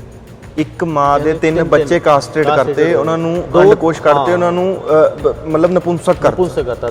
ਤੁਹਾਡੇ ਹੱਥ 'ਚ ਕੋਈ ਵੈਪਨ ਵੀ ਦਿੱਤੇ ਹੋਏ ਸੀ ਇਹਨਾਂ ਨੇ? ਨਾ, ਮੈਨੂੰ ਬਹੁਤ ਵਾਰੀ ਇਹਨਾਂ ਨੇ ਕਿਹਾ ਕਿ ਤੂੰ ਗਿਟਾਰ ਛੱਡ ਦੇ, ਮੈਂਡੋਲਿਨ, ਮੈਂ ਇੱਕ ਮਿਊਜ਼ੀਸ਼ੀਅਨ ਵੀ ਹਾਂ, ਮੈਂ ਗਿਟਾਰਿਸਟ ਵੀ ਹਾਂ, ਵੀ ਇਹਨੂੰ ਤੂੰ ਛੱਡ ਦੇ ਤੇ ਆਹ ਫੜ ਲੈ ਸਿਕਿਉਰਿਟੀ 'ਚ। ਮੈਂ ਕਿਹਾ ਵੀ ਮੈਨੂੰ ਤਾਂ ਚੰਗਾ ਗਿਟਾਰ ਵਜਾ ਸਕਦਾ, ਮੈਂ ਇੱਕ ਸਿੰਗਰ ਹਾਂ, ਵੀ ਮੈਂ ਨਹੀਂ ਫੜਦਾ। ਕੀ ਫੜਾ ਰਹੇ ਸੀਗੇ? ਵੈਪਨ ਤੁਸੀਂ ਜਿਹੜਾ ਜ਼ਿਕਰ ਕਰ ਰਹੇ ਸੀ। ਛੇੜਿਆ, ਕਿਸੇ ਨੇ ਤੰਗ ਕੀਤਾ, ਟੀਸ ਕੀਤਾ? ਹਾਂ, ਟੀਸ ਕਰਦੇ ਨੇ। ਕਿੱਦਾਂ, ਕੀ ਕਹਿੰਦੇ ਆ? ਬਹੁਤ ਸਾਰੇ ਅਜੇ ਮੁੰਡੇ ਨੇ ਜਿਹੜੇ ਕੱਚੀ ਉਮਰ ਦੇ ਨੇ, ਕਹਿੰਦੇ ਕੱਚੀ ਉਮਰ ਦੀਆਂ ਕੱਚੀਆਂ ਗੱਲਾਂ, ਬਹੁਤ ਕੁਝ ਕਹਿ ਜਾਂਦੇ ਨੇ, ਅਸੀਂ ਇਗਨੋਰ ਵੀ ਕਰਦੇ। ਕੀ ਕਹਿੰਦੇ ਤੁਸੀਂ? ਕੀ ਕਹਿੰਦੇ? ਕਹਿ ਦਿੰਦੇ ਨੇ ਜੋ ਵੀ ਉਹਨਾਂ ਦੇ ਮਨ 'ਚ ਆਉਂਦਾ ਹੈ, ਕੁਝ ਵੀ ਕਹਿੰਦੇ ਨੇ, ਨਪੁੰਸਕ ਕਹਿ ਦਿੰਦੇ ਨੇ, ਜਿਹੜਾ ਸ਼ਬਦ ਹੀ ਵਰਤ ਲੈਂਦੇ ਨੇ, ਖੁਸਰਾ ਕਹਿ ਦਿੰਦੇ ਨੇ। ਹਾਂ, ਕੁਝ ਵੀ ਕਹਿ ਦਿੰਦੇ ਨੇ। ਕਿ ਬਹੁਤ ਸਾਰੇ ਮੀਡੀਆ ਦੇ ਮੈਂਬਰ, ਮੇਰੇ ਭਰਾ, ਕਈ ਵਾਰੀ ਮੈਨੂੰ ਕਹਿੰਦੇ ਸੀ ਇੰਟਰਵਿਊ ਦਿਓ। ਉਹ ਮੇਨਲੀ ਇਹੀ ਸੀਗਾ ਕਿ ਜਦੋਂ ਮੈਂ ਕਿਤੇ ਜੌਬ ਕਰਦਾ ਸੀਗਾ, ਕੋਈ ਇੰਟਰਵਿਊ ਆਉਂਦੀ ਸੀਗੀ, ਅੱਜ ਵੀ ਤੁਹਾਡੇ ਇੰਟਰਵਿਊ ਜਾਊਗੀ ਕਿੱਥੇ, ਇਹਨਾਂ ਦੇ ਫੋਲੋਅਰਸ ਤੇ ਪਹੁੰਚ ਜਾਣਗੇ ਤਾਂ ਮੈਨੂੰ ਉਸ ਜੌਬ ਤੋਂ ਕਢਵਾ ਦੇਣਗੇ। ਫਿਰ ਛੁਟਕਾਰਾ ਕਿਵੇਂ ਮਿਲਿਆ, ਉੱਥੋਂ ਆਏ ਕਿਵੇਂ? ਉਹ ਕਿਸੇ ਨੇ ਬਹੁਤ ਖੂਬ ਲਿਖਿਆ ਕਿ ਵਿੰਗੇ ਟੇਢੇ ਮੋੜ ਆਉਣਗੇ, ਰਾਹਾਂ ਦੇ ਵਿੱਚ ਰੋੜ ਆਉਣਗੇ, ਆ ਧੁੱਪਾਂ ਵੇਖ ਕੇ ਘਬਰਾਣਾ ਜਾਵੀਂ, ਗਾਹਾਂ ਜਾ ਕੇ ਬੋੜ ਆਉਣਗੇ। ਸਰਤਾਜ ਸਾਹਿਬ ਵੀ ਲਿਖਦੇ ਆ, ਜਦੋਂ ਪਤਾ ਹੋਵੇ ਸੀਨਿਆਂ 'ਚ ਛੇਕ ਹੋਣਗੇ, ਉਦੋਂ ਜੰਗ ਜਾਣ ਵਾਲੇ ਬੰਦੇ ਆਮ ਨਹੀਂ ਹੁੰਦੇ। ਸੌਦਾ ਸਾਧ ਪਰੋਲ ਤੇ ਬਾਹਰ ਫਿਰਦਾ ਪਿਆ, ਕਹਿੰਦਾ ਮੈਂ ਸਤਸੰਗ ਕਰਦਾ, ਗੀਤ ਕੱਢ ਦਿੰਦਾ YouTube ਤੇ ਉਹ, ਲੇਕਿਨ ਉਹਦੇ ਸਤਾਏ ਹੋਏ ਲੋਕਾਂ ਦੇ ਦਿਮਾਗ ਤੇ, ਮਾਨਸਿਕਤਾ ਤੇ ਕੀ ਬੀਤਦੀ ਹੈ ਜਦੋਂ ਉਹ ਪਰੋਲ ਤੇ ਬਾਹਰ ਫਿਰਦਾ ਹੈ। ਹੰਸਰਾਜ ਜੀ ਮੇਰੇ ਨਾਲ ਨੇ ਔਰ ਇਹਨਾਂ ਦਾ ਕੇਸ ਮਾਣਯੋਗ ਪੰਜਾਬ ਹਰਿਆਣਾ ਹਾਈ ਕੋਰਟ ਦੇ ਵਿੱਚ ਵੀ ਚੱਲਦਾ ਪਿਆ। ਕਿਸੇ ਵੇਲੇ ਹੰਸਰਾਜ ਜੀ ਨੂੰ ਕਾਸਟ੍ਰੇਟ ਕੀਤਾ ਗਿਆ ਸੀਗਾ, ਇਹਨਾਂ ਦੇ ਟੈਸਟੀਕਲਸ ਕੱਢ ਲਿੱਤੇ ਗਏ ਸੀਗੇ, ਅੰਡਕੋਸ਼ ਕੱਢ ਦਿੱਤੇ ਗਏ ਸੀਗੇ ਔਰ ਕਿਹਾ ਗਿਆ ਸੀਗਾ ਕਿ ਜੇ ਤੂੰ ਬਾਬੇ ਦੀ ਭਗਤੀ ਕਰਦਾ ਤਾਂ ਫਿਰ ਤੈਨੂੰ ਇਹ ਕਰਨਾ ਪਏਗਾ। ਉਹ ਵਕਤ ਕੀ ਸੀ, ਉਹ ਦੌਰ ਕੀ ਸੀ ਔਰ ਉਸ ਦੌਰ ਦੇ ਖਮਿਆਜ਼ੇ ਅੱਜ ਤੱਕ ਹੰਸਰਾਜ ਭੁਗਤਦੇ ਪਏ ਆ। ਸਮਾਜਿਕ ਬਾਇਕਾਟ, ਜਿਸ ਜਗ੍ਹਾ ਤੇ ਰਹਿੰਦੇ ਆ ਉੱਥੋਂ ਦੇ ਲੋਕ ਇਹਨਾਂ ਨੂੰ ਅਲੱਗ ਨਿਗਾਹ ਦੇ ਨਾਲ ਵੇਖਦੇ ਆ। ਜਿੱਥੇ ਕੰਮ ਕਰਦੇ ਸੀਗੇ, ਜਿਹੜੇ ਸਕੂਲ ਦੇ ਵਿੱਚ ਪੜ੍ਹਾਉਂਦੇ ਸੀਗੇ, ਜਿਹੜੇ ਸਕੂਲ ਦੇ ਵਿੱਚ ਸੰਗੀਤ ਦੇ ਬਾਰੇ ਸਿੱਖਿਆ ਦਿਆ ਕਰਦੇ ਸੀਗੇ, ਉਹ ਕਈ ਸਕੂਲਾਂ ਦੇ ਵਿੱਚੋਂ ਪ੍ਰੈਸ਼ਰ ਦੇ ਕਰਕੇ, ਬਾਬੇ ਦੇ ਪ੍ਰੈਸ਼ਰ ਦੇ ਕਰਕੇ, ਬਾਬੇ ਦੇ ਭਗਤਾਂ ਦੇ ਪ੍ਰੈਸ਼ਰ ਦੇ ਕਰਕੇ ਇਹਨਾਂ ਨੂੰ ਕਢਾ ਦਿੱਤਾ ਗਿਆ। ਮੇਰੇ ਠੀਕ ਪਿੱਛੇ ਰੇਲ ਗੁਜ਼ਰਦੀ ਪਈ ਹੈ, ਇਸ ਰੇਲ ਨੂੰ ਇਸ ਦੀ ਮੰਜ਼ਿਲ ਪਤਾ ਹੈ। ਹੰਸਰਾਜ ਨੇ ਵੀ ਇੱਕ ਮੰਜ਼ਿਲ ਚੁਣੀ ਔਰ ਉਸ ਨੂੰ ਪਤਾ ਸੀਗਾ ਕਿ ਉਸ ਮੰਜ਼ਿਲ ਦੇ ਵਿੱਚ ਕਿਸ ਤਰੀਕੇ ਦੀਆਂ ਮੁਸ਼ਕਲਾਂ ਆਣੀਆਂ, ਲੇਕਿਨ ਫਿਰ ਵੀ ਇਹਨਾਂ ਨੇ ਸੋਚਿਆ ਕਿ ਇਹਨਾਂ ਵਰਗੇ ਹੋਰ ਜਿਹੜੇ ਸਾਧੂ ਉਸ ਡੇਰੇ ਦੇ ਵਿੱਚ ਸੀਗੇ, ਜਿਨ੍ਹਾਂ ਨੂੰ ਬਾਬਾ ਗੁਫਾ ਦੇ ਵਿੱਚ ਵੀ ਬੁਲਾ ਲਿਆ ਕਰਦਾ ਸੀ ਔਰ ਸਮਝਾਇਆ ਕਰਦਾ ਸੀਗਾ ਕਿ ਕਿਸ ਤਰੀਕੇ ਦੇ ਨਾਲ ਭਗਤੀ ਕਰਨੀ ਹੈ, ਉਹਨਾਂ ਸਾਧੂਆਂ ਨੂੰ ਕਿਸੇ ਨਾ ਕਿਸੇ ਤਰੀਕੇ ਇਨਸਾਫ ਦਿਵਾਇਆ ਜਾ ਸਕੇ ਔਰ ਇੱਕ ਲੈਸਨ ਸੈੱਟ ਕੀਤਾ ਜਾਵੇ। ਹੰਸਰਾਜ ਜੀ, ਬਹੁਤ ਬਹੁਤ ਧੰਨਵਾਦ, ਤੁਸੀਂ ਅੱਜ ਰੋਜ਼ਾਨਾ ਸਪੋਕਸਮੈਨ ਦੇ ਨਾਲ ਆਪਣਾ ਬੜਾ ਕੀਮਤੀ ਵਕਤ ਸਾਂਝਾ ਕੀਤਾ ਔਰ ਬੜੇ ਲੰਬੇ ਅਰਸੇ ਬਾਅਦ ਤੁਸੀਂ ਕੈਮਰੇ ਦੇ ਸਾਹਮਣੇ ਲੋਕਾਂ ਦੇ ਨਾਲ ਮੁਖਾਤਬ ਹੋ ਰਹੇ ਹੋ। ਬੜੇ ਲੰਬੇ ਸਮੇਂ ਤੋਂ ਤੁਸੀਂ ਦੂਰੀ ਬਣਾ ਕੇ ਰੱਖੀ ਮੀਡੀਆ ਤੋਂ ਵੀ। ਆਈ ਗੈਸ ਲਾਸਟ 2018 ਜਾਂ 19 ਦੇ ਵਿੱਚ ਤੁਹਾਡੀ ਕੋਈ ਅਖੀਰਲੀ ਕੋਈ ਇੰਟਰਵਿਊ ਕਿਸੇ ਨੇ ਕੀਤੀ ਹੋਵੇ ਔਰ ਅੱਜ 2023 ਹੈ। ਸਮਾਂ ਬਦਲ ਗਿਆ, ਬਾਬਾ ਪਰੂਲ ਤੇ ਬਾਹਰ ਫਿਰਦਾ ਪਿਆ ਔਰ ਜਿਵੇਂ ਸ਼ੁਰੂਆਤ ਬਹੁਤ ਸਾਰੇ ਨੌਜਵਾਨ ਜੋ ਇਸ ਵਕਤ ਸਾਨੂੰ ਸੁਣਦੇ ਪਏ ਆ, ਕਈਆਂ ਨੂੰ ਤੁਹਾਡੇ ਕੇਸ ਬਾਰੇ ਵੀ ਨਹੀਂ ਪਤਾ ਹੋਏਗਾ, ਬਹੁਤਿਆਂ ਨੂੰ ਪਤਾ ਵੀ ਹੈਗਾ। ਮੈਂ ਚਾਹੁੰਦਾ ਕੱਲੀ ਗੱਲ ਤੁਸੀਂ ਸਾਡੇ ਦਰਸ਼ਕਾਂ ਦੇ ਨਾਲ ਸਾਂਝੀ ਕਰੋ ਔਰ ਕਿਸ ਤਰੀਕੇ ਦੇ ਨਾਲ ਇਹ ਬਾਬੇ ਨੇ ਜਦੋਂ ਦੁਸ਼ਕਰਮ ਕੀਤਾ, ਜਿਸ ਤਰੀਕੇ ਨਾਲ ਤੁਸੀਂ ਕਹਿੰਦੇ ਹੋ ਤੁਹਾਡੇ ਟੈਸਟੀਕਲ ਅੰਡਕੋਸ਼ ਕਢਾਤੇ, ਤੁਹਾਨੂੰ ਕਾਸਟ੍ਰੇਟ ਕਰਤਾ, ਸਾਧੂ ਬਣਾਤਾ ਧੱਕੇ ਦੇ ਨਾਲ, ਬਿਨਾਂ ਤੁਹਾਡੇ ਕੋਲੋਂ ਕੋਈ ਕੰਸੈਂਟ ਲਿੱਤਿਆਂ, ਉਹ ਪੂਰੀ ਕਹਾਣੀ ਕੀ ਸੀ? ਲੰਕੇਸ਼ ਜੀ, ਪਹਿਲਾਂ ਤਾਂ ਮੈਂ ਦੱਸਦਾ ਕਿ ਮੈਂ ਜਿਹੜਾ ਇੰਨੇ ਟਾਈਮ ਬਾਅਦ ਅੱਜ ਤੁਹਾਡੇ ਨਾਲ ਮੁਖਾਤਿਬ ਹੋਇਆ, ਤੁਹਾਡੇ ਨਾਲ ਅੱਜ ਮੀਡੀਆ ਦੇ ਸਾਹਮਣੇ ਆਇਆ, ਕਿਉਂਕਿ ਉਹਦਾ ਇੱਕ ਰੀਜ਼ਨ ਤਾਂ ਇਹ ਸੀਗਾ ਕਿ ਇੱਕ ਮੇਰੀ ਜੌਬ ਨੂੰ ਬੜਾ ਖਤਰਾ ਸੀ। ਇਹਦੇ ਜਿਹੜੇ ਫੋਲੋਅਰ ਸੀਗੇ ਵੀ ਕਿਵੇਂ ਨਾ ਕਿਵੇਂ ਉਸ ਸਕੂਲ ਦੇ ਵਿੱਚ ਇਹ ਪਹੁੰਚ ਜਾਂਦੇ, ਜਾਣਬੁੱਝ ਕੇ ਬੱਚਿਆਂ ਨੂੰ ਉੱਥੇ ਐਡਮਿਸ਼ਨ ਦਵਾਇਆ ਜਾਂਦਾ ਇਹਨਾਂ ਦੇ ਫੋਲੋਅਰਸ ਦੇ, ਫਿਰ ਉਦੋਂ ਬਾਅਦ ਪ੍ਰਿੰਸੀਪਲ 'ਤੇ ਦਬਾਅ ਪਾਇਆ ਜਾਂਦਾ, ਮੈਨੇਜਮੈਂਟ 'ਤੇ ਦਬਾਅ ਪਾ ਕੇ ਵੀ ਇਹਨੂੰ ਇਸ ਤੋਂ ਰਿਲੀਵ ਕਰੋ, ਠੀਕ ਹੈ। ਲੇਕਿਨ ਨਹੀਂ, ਉਹ ਦਬਾਅ ਕੀ ਹੁੰਦਾ ਸੀਗਾ? ਬੱਚੇ ਪਹਿਲੇ ਆਪਣੇ ਜਿਹੜੇ ਭਗਤਾਂ ਦੇ ਬੱਚੇ ਸੀਗੇ ਉਹ ਸਕੂਲ ਦੇ ਵਿੱਚ ਐਡਮਿਸ਼ਨ ਕਰਵਾਉਂਦਾ ਸੀਗਾ, ਉਸ ਤੋਂ ਬਾਅਦ ਉਹਨਾਂ ਨੂੰ ਥ੍ਰੈਟ ਕਰਦਾ ਸੀਗਾ ਸਕੂਲ ਪ੍ਰਸ਼ਾਸਨ ਨੂੰ? ਕਰਵਾਉਂਦਾ ਸੀ, ਆਲਰੇਡੀ ਐਡਮਿਸ਼ਨ ਹੁੰਦੇ ਵੀ ਸੀਗੇ ਬਹੁਤਾਂ ਸਕੂਲਾਂ 'ਚ, ਔਰ ਇਹ ਕਹਿੰਦਾ ਸੀਗਾ ਅਸੀਂ ਬੱਚੇ ਕੱਢ ਲਾਂਗੇ ਜੇ ਤੁਸੀਂ ਬੰਦਾ ਨਹੀਂ ਬਾਹਰ ਕੱਢਦੇ, ਹੰਸਰਾਜ ਨੂੰ ਨੌਕਰੀ ਤੋਂ ਕੱਢੋ, ਇਹਨੂੰ ਨੌਕਰੀ ਤੋਂ ਕੱਢੋ। ਤੇ ਇਹਨੇ ਇਦਾਂ ਦਾ ਪੈਟਰਨ ਬਣਾ ਲਿਆ ਸੀਗਾ ਵੀ ਇਹਨੂੰ ਫਾਈਨੈਂਸ਼ੀਅਲੀ ਵੀਕ ਕਰਨਾ ਹੀ ਕਰਨਾ ਹੈ ਕਿਸੇ ਹਿਸਾਬ ਨਾਲ, ਤੇ ਉਹ ਫਾਈਨੈਂਸ਼ੀਅਲੀ ਵੀਕ ਕਰਦਾ ਰਿਹਾ ਤੇ ਕਿਤੇ ਨਾ ਕਿਤੇ ਉਹਦਾ ਇਫੈਕਟ ਪਿਆ ਹੈ। ਤੇ ਜਿਹੜੀ ਉਹਨੇ ਰਹੀ ਬਾਤ, ਜਿਵੇਂ ਉਹਨੇ ਕਾਸਟ੍ਰੇਟਡ ਕੀਤੀ ਹੈ, ਕਾਸਟ੍ਰੇਟਡ ਜਿਹੜੇ ਸਾਧੂ ਹੋਏ ਨੇ, ਮੈਂ ਵੀ ਉਹਨਾਂ 'ਚ ਇੱਕ ਪੀੜਿਤ ਹਾਂ, ਜਿਹੜਾ ਕਿ 2012 ਦੇ ਵਿੱਚ ਮੁੱਦਾ ਚੱਕਿਆ ਸੀਗਾ ਤੇ ਅੱਜ ਕਿਤੇ ਨਾ ਕਿਤੇ ਉਹ CBI ਕੋਰਟ 'ਚ, ਓਨੇਬਲ ਹਾਈ ਕੋਰਟ ਤੋਂ ਉਹ ਮੋਨੀਟਰਿੰਗ ਹੁੰਦਾ ਹੋਇਆ CBI ਕੋਰਟ 'ਚ ਅੱਜ ਉਹ ਕੇਸ ਪਹੁੰਚ ਚੁੱਕਿਆ ਹੈ, ਜਿਹਦੀ ਮਤਲਬ ਇਹਨਾਂ ਦੀ ਇੱਕ ਜਿਹੜੀ ਅਰਜ਼ੀ ਸੀ ਉਹ ਕੁਐਸ਼ ਵੀ ਹੋ ਚੁੱਕੀ ਹੈ ਕਿ ਬਾਕੀ ਜਿਹੜੇ ਅਦਰ ਸਾਧੂ ਨੇ ਵੀ ਉਹਨਾਂ ਦੀ ਸਾਨੂੰ ਜੋ ਸਟੇਟਮੈਂਟ ਹੈ ਉਹ ਰਿਕਾਰਡ ਦਿੱਤਾ ਜਾਵੇ। ਲੇਕਿਨ ਓਨੇਬਲ ਹਾਈ ਕੋਰਟ ਨੇ ਉਹ ਰਿਜੈਕਟ ਕਰਤਾ ਇਹਨਾਂ ਦਾ ਜੋ ਕੁਐਸ਼ ਉਹ ਲਾਤੀ ਇਹਨਾਂ ਦੀ ਅਰਜ਼ੀ ਸੀਗੀ। ਲੇਕਿਨ ਉਹ ਦੁਬਾਰਾ ਹੁਣ CBI ਕੋਰਟ ਦੇ ਵਿੱਚ ਟ੍ਰਾਇਲ ਹੁਣ ਜਲਦੀ ਹੀ ਚੱਲਣ ਜਾ ਰਿਹਾ 28 ਫਰਵਰੀ ਤੋਂ ਬਾਅਦ, ਤੇ ਉਹ ਕਦੋਂ ਵੀ ਕੋਰਟ ਦੇ ਆਦੇਸ਼ ਜਾਂ ਕੋਰਟ ਦੇ ਜੋ ਸੰਮਨ ਹੋਣਗੇ ਅਸੀਂ ਉਹਨੂੰ ਫੋਲੋ ਕਰਾਂਗੇ। ਅੱਛਾ ਹੰਸਰਾਜ ਜੀ, ਤੁਸੀਂ ਤੁਹਾਡੀ ਜਦੋਂ ਸਟੇਟਮੈਂਟ ਮੈਂ ਪੜ੍ਹ ਰਿਹਾ ਸੀਗਾ, ਤੁਸੀਂ ਉਸ ਸਟੇਟਮੈਂਟ ਦੇ ਵਿੱਚ ਲਿਖਿਆ ਹੋਇਆ ਕਿ ਦੋ ਤਰ੍ਹਾਂ ਦੇ ਸਾਧੂ ਹੁੰਦੇ ਸੀਗੇ ਡੇਰੇ ਦੇ ਵਿੱਚ, ਸੱਤ ਬ੍ਰਹਮਚਾਰੀ ਸੇਵਾਦਾਰ ਤੇ ਬ੍ਰਹਮਚਾਰੀ ਸੇਵਾਦਾਰ। ਪਹਿਲਾਂ ਤਾਂ ਇਹ ਜਿਹੜੀਆਂ ਦੋ ਕੈਟੇਗਰੀਆਂ ਸੀਗੀਆਂ ਸੇਵਾਦਾਰਾਂ ਦੀਆਂ ਜਾਂ ਸਾਧੂਆਂ ਦੀਆਂ, ਇਹਦੇ ਬਾਰੇ ਦੱਸੋ ਔਰ ਤੁਸੀਂ ਕਿਹੜੀ ਕੈਟੇਗਰੀ ਦੇ ਵਿੱਚ ਫਾਲ ਕੀਤੇ ਔਰ ਤੁਹਾਨੂੰ ਕਿਸ ਤਰੀਕੇ ਦੇ ਨਾਲ ਕਾਸਟ੍ਰੇਟ ਕੀਤਾ ਗਿਆ ਜਾਂ ਆਸਾਨ ਭਾਸ਼ਾ 'ਚ ਪੰਜਾਬੀ ਆਡੀਅנס ਜਿਹੜੇ ਅੰਡਕੋਸ਼ ਦਾ ਤੁਹਾਨੂੰ ਕਢਾ ਦਿੱਤੇ ਗਏ, ਆਪਰੇਸ਼ਨ ਕੀਤਾ ਗਿਆ? ਦੇਖੋ ਜੀ, ਮੈਂ ਦੱਸਦਾ ਕਿ ਸਾਧੂ ਜੋ ਵਰਡ ਸੀਗਾ, ਜੋ ਸਾਧੂ ਸ਼ਬਦ ਸੀਗਾ, ਇਹ ਮਤਲਬ ਸ਼ਾਹ ਮਸਤਾਨਾ ਜੀ ਟਾਈਮ ਤੋਂ, ਸ਼ਾਹ ਸਤਨਾਮ ਜੀ ਦੇ ਟਾਈਮ ਤੋਂ ਵਰਤਦੇ ਆ ਰਹੇ ਸੀਗੇ। ਬਹੁਤ ਟਾਈਮ ਤੱਕ ਗੁਰਮੀਤ ਰਾਮ ਰਹੀਮ ਨੇ ਵੀ ਇਹ ਵਰਡ ਵਰਤਿਆ, ਇਹ ਸ਼ਬਦ ਵਰਤਿਆ। ਸਾਧੂ ਸ਼ਬਦ ਉਦੋਂ ਕੱਟਣਾ ਪਿਆ ਜਦੋਂ ਰਾਮਚੰਦਰ ਛਤਰਪਤੀ, ਜਿਹੜੇ ਇੱਕ ਬਹੁਤ ਵਧੀਆ ਜਰਨਲਿਸਟ ਸੀਗੇ, ਬਹੁਤ ਵਧੀਆ ਪੱਤਰਕਾਰ ਸੀਗੇ, ਜਦੋਂ ਉਹਨਾਂ ਨੂੰ ਮਰਵਾ ਦਿੱਤਾ ਗਿਆ, ਮਰਵਾਇਆ ਉਹਨਾਂ ਨੇ। ਉਸ ਤੋਂ ਬਾਅਦ ਜਿਨ੍ਹਾਂ ਨੇ ਮਾਰਿਆ ਉਹ ਦੋ ਸਾਧੂ ਸੀਗੇ ਤੇ ਕਾਸਟ੍ਰੇਟਡ ਸੀਗੇ, ਉਹ ਅੰਬਾਲਾ ਸੈਂਟਰਲ ਜੇਲ੍ਹ 'ਚ ਸਜ਼ਾ ਭੁਗਤ ਰਹੇ ਨੇ ਜਾਂ ਉਹ ਭੁਗਤ ਚੁੱਕੇ ਨੇ। ਉਹਨਾਂ ਦਾ ਨਾਮ ਸਾਧੂ ਨਿਰਮਲ ਤੇ ਸਾਧੂ ਗੋਲਡ, ਕੁਲਦੀਪ ਉਰਫ ਗੋਲਡ ਸੀਗਾ। ਜਦੋਂ ਬਾਬੇ ਨੇ ਦੇਖਿਆ ਕਿ ਇੱਕ ਨਾਮ ਬਹੁਤ ਜ਼ਿਆਦਾ ਫੇਮਸ ਹੋ ਰਿਹਾ, ਸਾਧੂ ਸਾਰੇ ਪਾਸੇ ਸਾਧੂ ਹੋ ਰਹੀ ਹੈ, ਤੇ ਉਹਨਾਂ ਨੇ ਇੱਕ ਨਵਾਂ ਵਰਡ ਦਿੱਤਾ, ਨੈਗੇਟਿਵ ਪਬਲਿਸਿਟੀ ਹੋ ਗਈ ਸੀਗੀ ਸਾਧੂ ਕਰਕੇ, ਹੋ ਰਹੀ ਸੀਗੀ, ਤੇ ਉਹਦੇ ਵਾਸਤੇ ਇਹਨੇ ਸੱਤ ਬ੍ਰਹਮਚਾਰੀ ਸੇਵਾਦਾਰ ਯਾਨੀ ਕਿ SBS ਨਾਮ ਦੇਤਾ ਸ਼ਾਰਟਕਟ 'ਚ, SBS ਸੱਤ ਬ੍ਰਹਮਚਾਰੀ ਸੇਵਾਦਾਰ ਕਹਿਣਾ। ਇੱਕ ਇਹਨੇ ਹੋਰ ਕੈਟਾਗਰੀ ਨਾਲ ਜੋੜਤੀ, ਓਨਲੀ ਬ੍ਰਹਮਚਾਰੀ। ਜਿਹੜੇ ਸੱਤ ਬ੍ਰਹਮਚਾਰੀ ਹੁੰਦੀ ਸੀ ਉਹ ਟੋਟਲੀ ਸਾਰੇ ਬਾਬੇ ਨੇ ਕਾਸਟ੍ਰੇਟਡ ਕਰਤੇ ਸੀਗੇ, ਉਹਨਾਂ ਨੂੰ ਨਪੁੰਸਕ, ਉਹਨਾਂ ਦੇ ਅੰਡਕੋਸ਼ ਕੱਢ ਦਿੱਤੇ ਗਏ ਸੀਗੇ। ਜਿਹੜੇ ਬ੍ਰਹਮਚਾਰੀ ਹੁੰਦੇ ਸੀਗੇ ਉਹ ਲਾਈਨ 'ਚ ਲੱਗੇ ਹੁੰਦੇ ਸੀਗੇ, ਇਹਨਾਂ ਦਾ ਕਾਸਟ੍ਰੇਸ਼ਨ ਵਾਲੇ ਹੋਣਾ ਹੈ। ਇਸ ਤਰ੍ਹਾਂ ਬਾਬੇ ਨੇ ਦੋ ਕੈਟੇਗਰੀਆਂ ਬਣਾਤੀਆਂ। ਜਦੋਂ ਵੀ ਕਾਨੂੰਨ ਬਾਬੇ ਨੂੰ ਲੱਗਿਆ ਕਿ ਕਾਨੂੰਨ ਦਾ ਕੁਝ ਵੀ ਮੇਰੇ ਉੱਪਰ ਹੋ ਸਕਦਾ, ਹਾਵੀ ਹੋ ਸਕਦਾ ਹੈ, ਜਾਂ ਕੁਝ ਵੀ ਕੱਲ੍ਹ ਨੂੰ ਮੁੱਦਾ ਖੜਾ ਹੋ ਸਕਦਾ ਹੈ, ਤੇ ਬਾਬੇ ਨੇ ਆਪਣੇ ਬਚਾਅ ਦੇ ਵਿੱਚ ਉਹ ਬ੍ਰਹਮਚਾਰੀ ਵੀ ਰੱਖੇ ਹੋਏ ਸੀਗੇ। ਪਰ ਮੈਨੂੰ ਹਜ਼ਰਤ ਜੀ ਮੈਂ ਸਮਝਣਾ ਚਾਹੁੰਦਾ ਇਹ ਥਿਊਰੀ ਕੀ ਸੀਗੀ ਬਾਬੇ ਦੀ ਕਿ ਅੰਡਕੋਸ਼ ਕਢਾ ਦਿਓ, ਬੰਦੇ ਨੂੰ ਨਪੁੰਸਕ ਕਰ ਦਿਓ, ਕਾਸਟ੍ਰੇਟ ਕਰ ਦਿਓ ਔਰ ਉਸ ਤੋਂ ਬਾਅਦ ਉਹਨੂੰ ਆਪਣੇ ਡੇਰੇ ਦੇ ਵਿੱਚ ਰੱਖੋ। ਕਿਉਂ ਜ਼ਰੂਰੀ ਲੱਗਦਾ ਸੀਗਾ ਉਹਨੂੰ ਕਿ ਹਾਂ ਕਿਸੇ ਇੱਕ ਚੰਗੇ ਭਲੇ ਇਨਸਾਨ ਨੂੰ ਉਹ ਕਾਸਟ੍ਰੇਟ ਕਰ ਦਿੰਦਾ ਸੀਗਾ? ਉਹਦੇ ਪਿੱਛੇ ਉਹਦਾ ਮਕਸਦ ਜਾਂ ਮਨਸ਼ਾ ਕੀ ਸੀ? ਦੇਖੋ, ਮੈਂ ਪਹਿਲਾਂ ਵੀ ਮੀਡੀਆ 'ਚ ਬਹੁਤ ਦੱਸਿਆ ਹੈ ਬੜੀ ਡਿਟੇਲ 'ਚ ਕਿ ਪੁਰਾਣੇ ਟਾਈਮ ਦੇ ਵਿੱਚ ਰਾਜਾ ਮਹਾਰਾਜਾ ਲੋਕ ਜੋ ਕਰਦੇ ਸੀ ਆਪਣੀ ਰਾਣੀਆਂ ਨਾਲ, ਠੀਕ ਹੈ, ਉਸ ਤੋਂ ਬਾਅਦ ਆਪਣੀ ਹਰਮ ਦੀ ਰਖਵਾਲੀ ਵਾਸਤੇ ਇੱਕ ਫੈਮਿਲੀ ਪ੍ਰੋਟੈਕਸ਼ਨ ਵਾਸਤੇ ਹੀ ਕਰਦੇ ਸੀਗੇ। ਇਸੇ ਤਰ੍ਹਾਂ ਬਾਬਾ ਕਰਦਾ ਸੀਗਾ। ਉਦੋਂ ਤਾਂ ਹਿਜੜੇ ਨਾਲ ਹੁੰਦੇ ਸੀ, ਉਹਨਾਂ ਦੀ ਪ੍ਰੋਟੈਕਸ਼ਨ ਲਈ ਉਹ ਰੱਖਦੇ ਸੀਗੇ, ਹੈ ਨਾ? ਨਹੀਂ, ਹਿਜੜੇ ਨਹੀਂ ਹੁੰਦੇ, ਕਿੰਨਰ ਟਾਈਪ ਤੁਸੀਂ ਕੁਝ ਵੀ ਕਹਿ ਸਕਦੇ ਹੋ, ਲੇਕਿਨ ਉਹ ਉਹਨਾਂ ਨੂੰ ਉੱਥੇ ਪਹਿਰੇਦਾਰੀ ਕਰਵਾਉਂਦਾ ਸੀਗਾ ਬਾਬਾ। ਅੱਜ ਵੀ ਅਗਰ ਤੁਸੀਂ ਦੇਖੋਗੇ ਬਾਬੇ ਦੇ ਜਿਹੜੇ ਬੱਚੇ ਨੇ, ਠੀਕ ਹੈ, ਉਹਨਾਂ ਦੇ ਨਾਲ ਪੂਰੀ ਫੈਮਿਲੀ ਜਿਹੜੇ ਕਾਸਟੇਟਡ ਸਾਧੂ ਨੇ ਉਹ ਨੇ ਉੱਥੇ ਲਾ ਰੱਖੇ ਨੇ। ਅੱਜ ਤੇ ਖੈਰ ਉਹ ਬਾਹਰ ਚਲੇ ਗਏ, ਲੇਕਿਨ ਜੋ ਕਾਸਟੇਟਡ ਸਾਧੂ ਹੁੰਦੇ ਸੀ ਉਹਨਾਂ ਤੋਂ ਇਸ ਤਰ੍ਹਾਂ ਦਾ ਹੀ ਕੰਮ ਲਿਆ ਜਾਂਦਾ ਸੀਗਾ। ਕੱਲ ਨੂੰ ਜਿਵੇਂ ਹੁਣ ਪੰਚਕੂਲਾ ਦੇ ਵਿੱਚ ਇੰਨੇ ਲੋਕ ਮਰੇ, ਉਹਨਾਂ ਵਿੱਚ ਬਹੁਤ ਸਾਰੇ ਉਹ ਸਾਧੂ ਸੀਗੇ ਵਿਚਾਰੇ, ਬਹੁਤ ਸਾਰੇ ਜਿਹੜੇ ਅਨਭੋਲੇ ਜਿਹੜੇ ਸੰਗਤ ਸੀਗੀ ਜਿਹੜੀ ਉੱਥੇ ਮਤਲਬ ਉਹਨਾਂ ਨੂੰ ਗੋਲੀ ਦਾ ਸ਼ਿਕਾਰ ਹੋਏ, ਉਹ ਕਿੱਦਾਂ ਉਹਨਾਂ ਦਾ ਨਾਸ ਕੀਤਾ ਬਾਬੇ ਨੇ। ਇਹ ਸਾਰਾ ਬਲੇਮ ਬਾਬੇ ਤੇ ਜਾਂਦਾ ਹੈ ਕਿਉਂਕਿ ਇਹਨੂੰ ਪਤਾ ਸੀਗਾ ਉੱਥੇ ਹੋਣਾ ਹੈ, ਇਹਨੇ ਜਾਣਬੁੱਝ ਕੇ ਉਹਨਾਂ ਨੂੰ ਝੋਕਿਆ ਉਹਦੇ ਵਿੱਚ।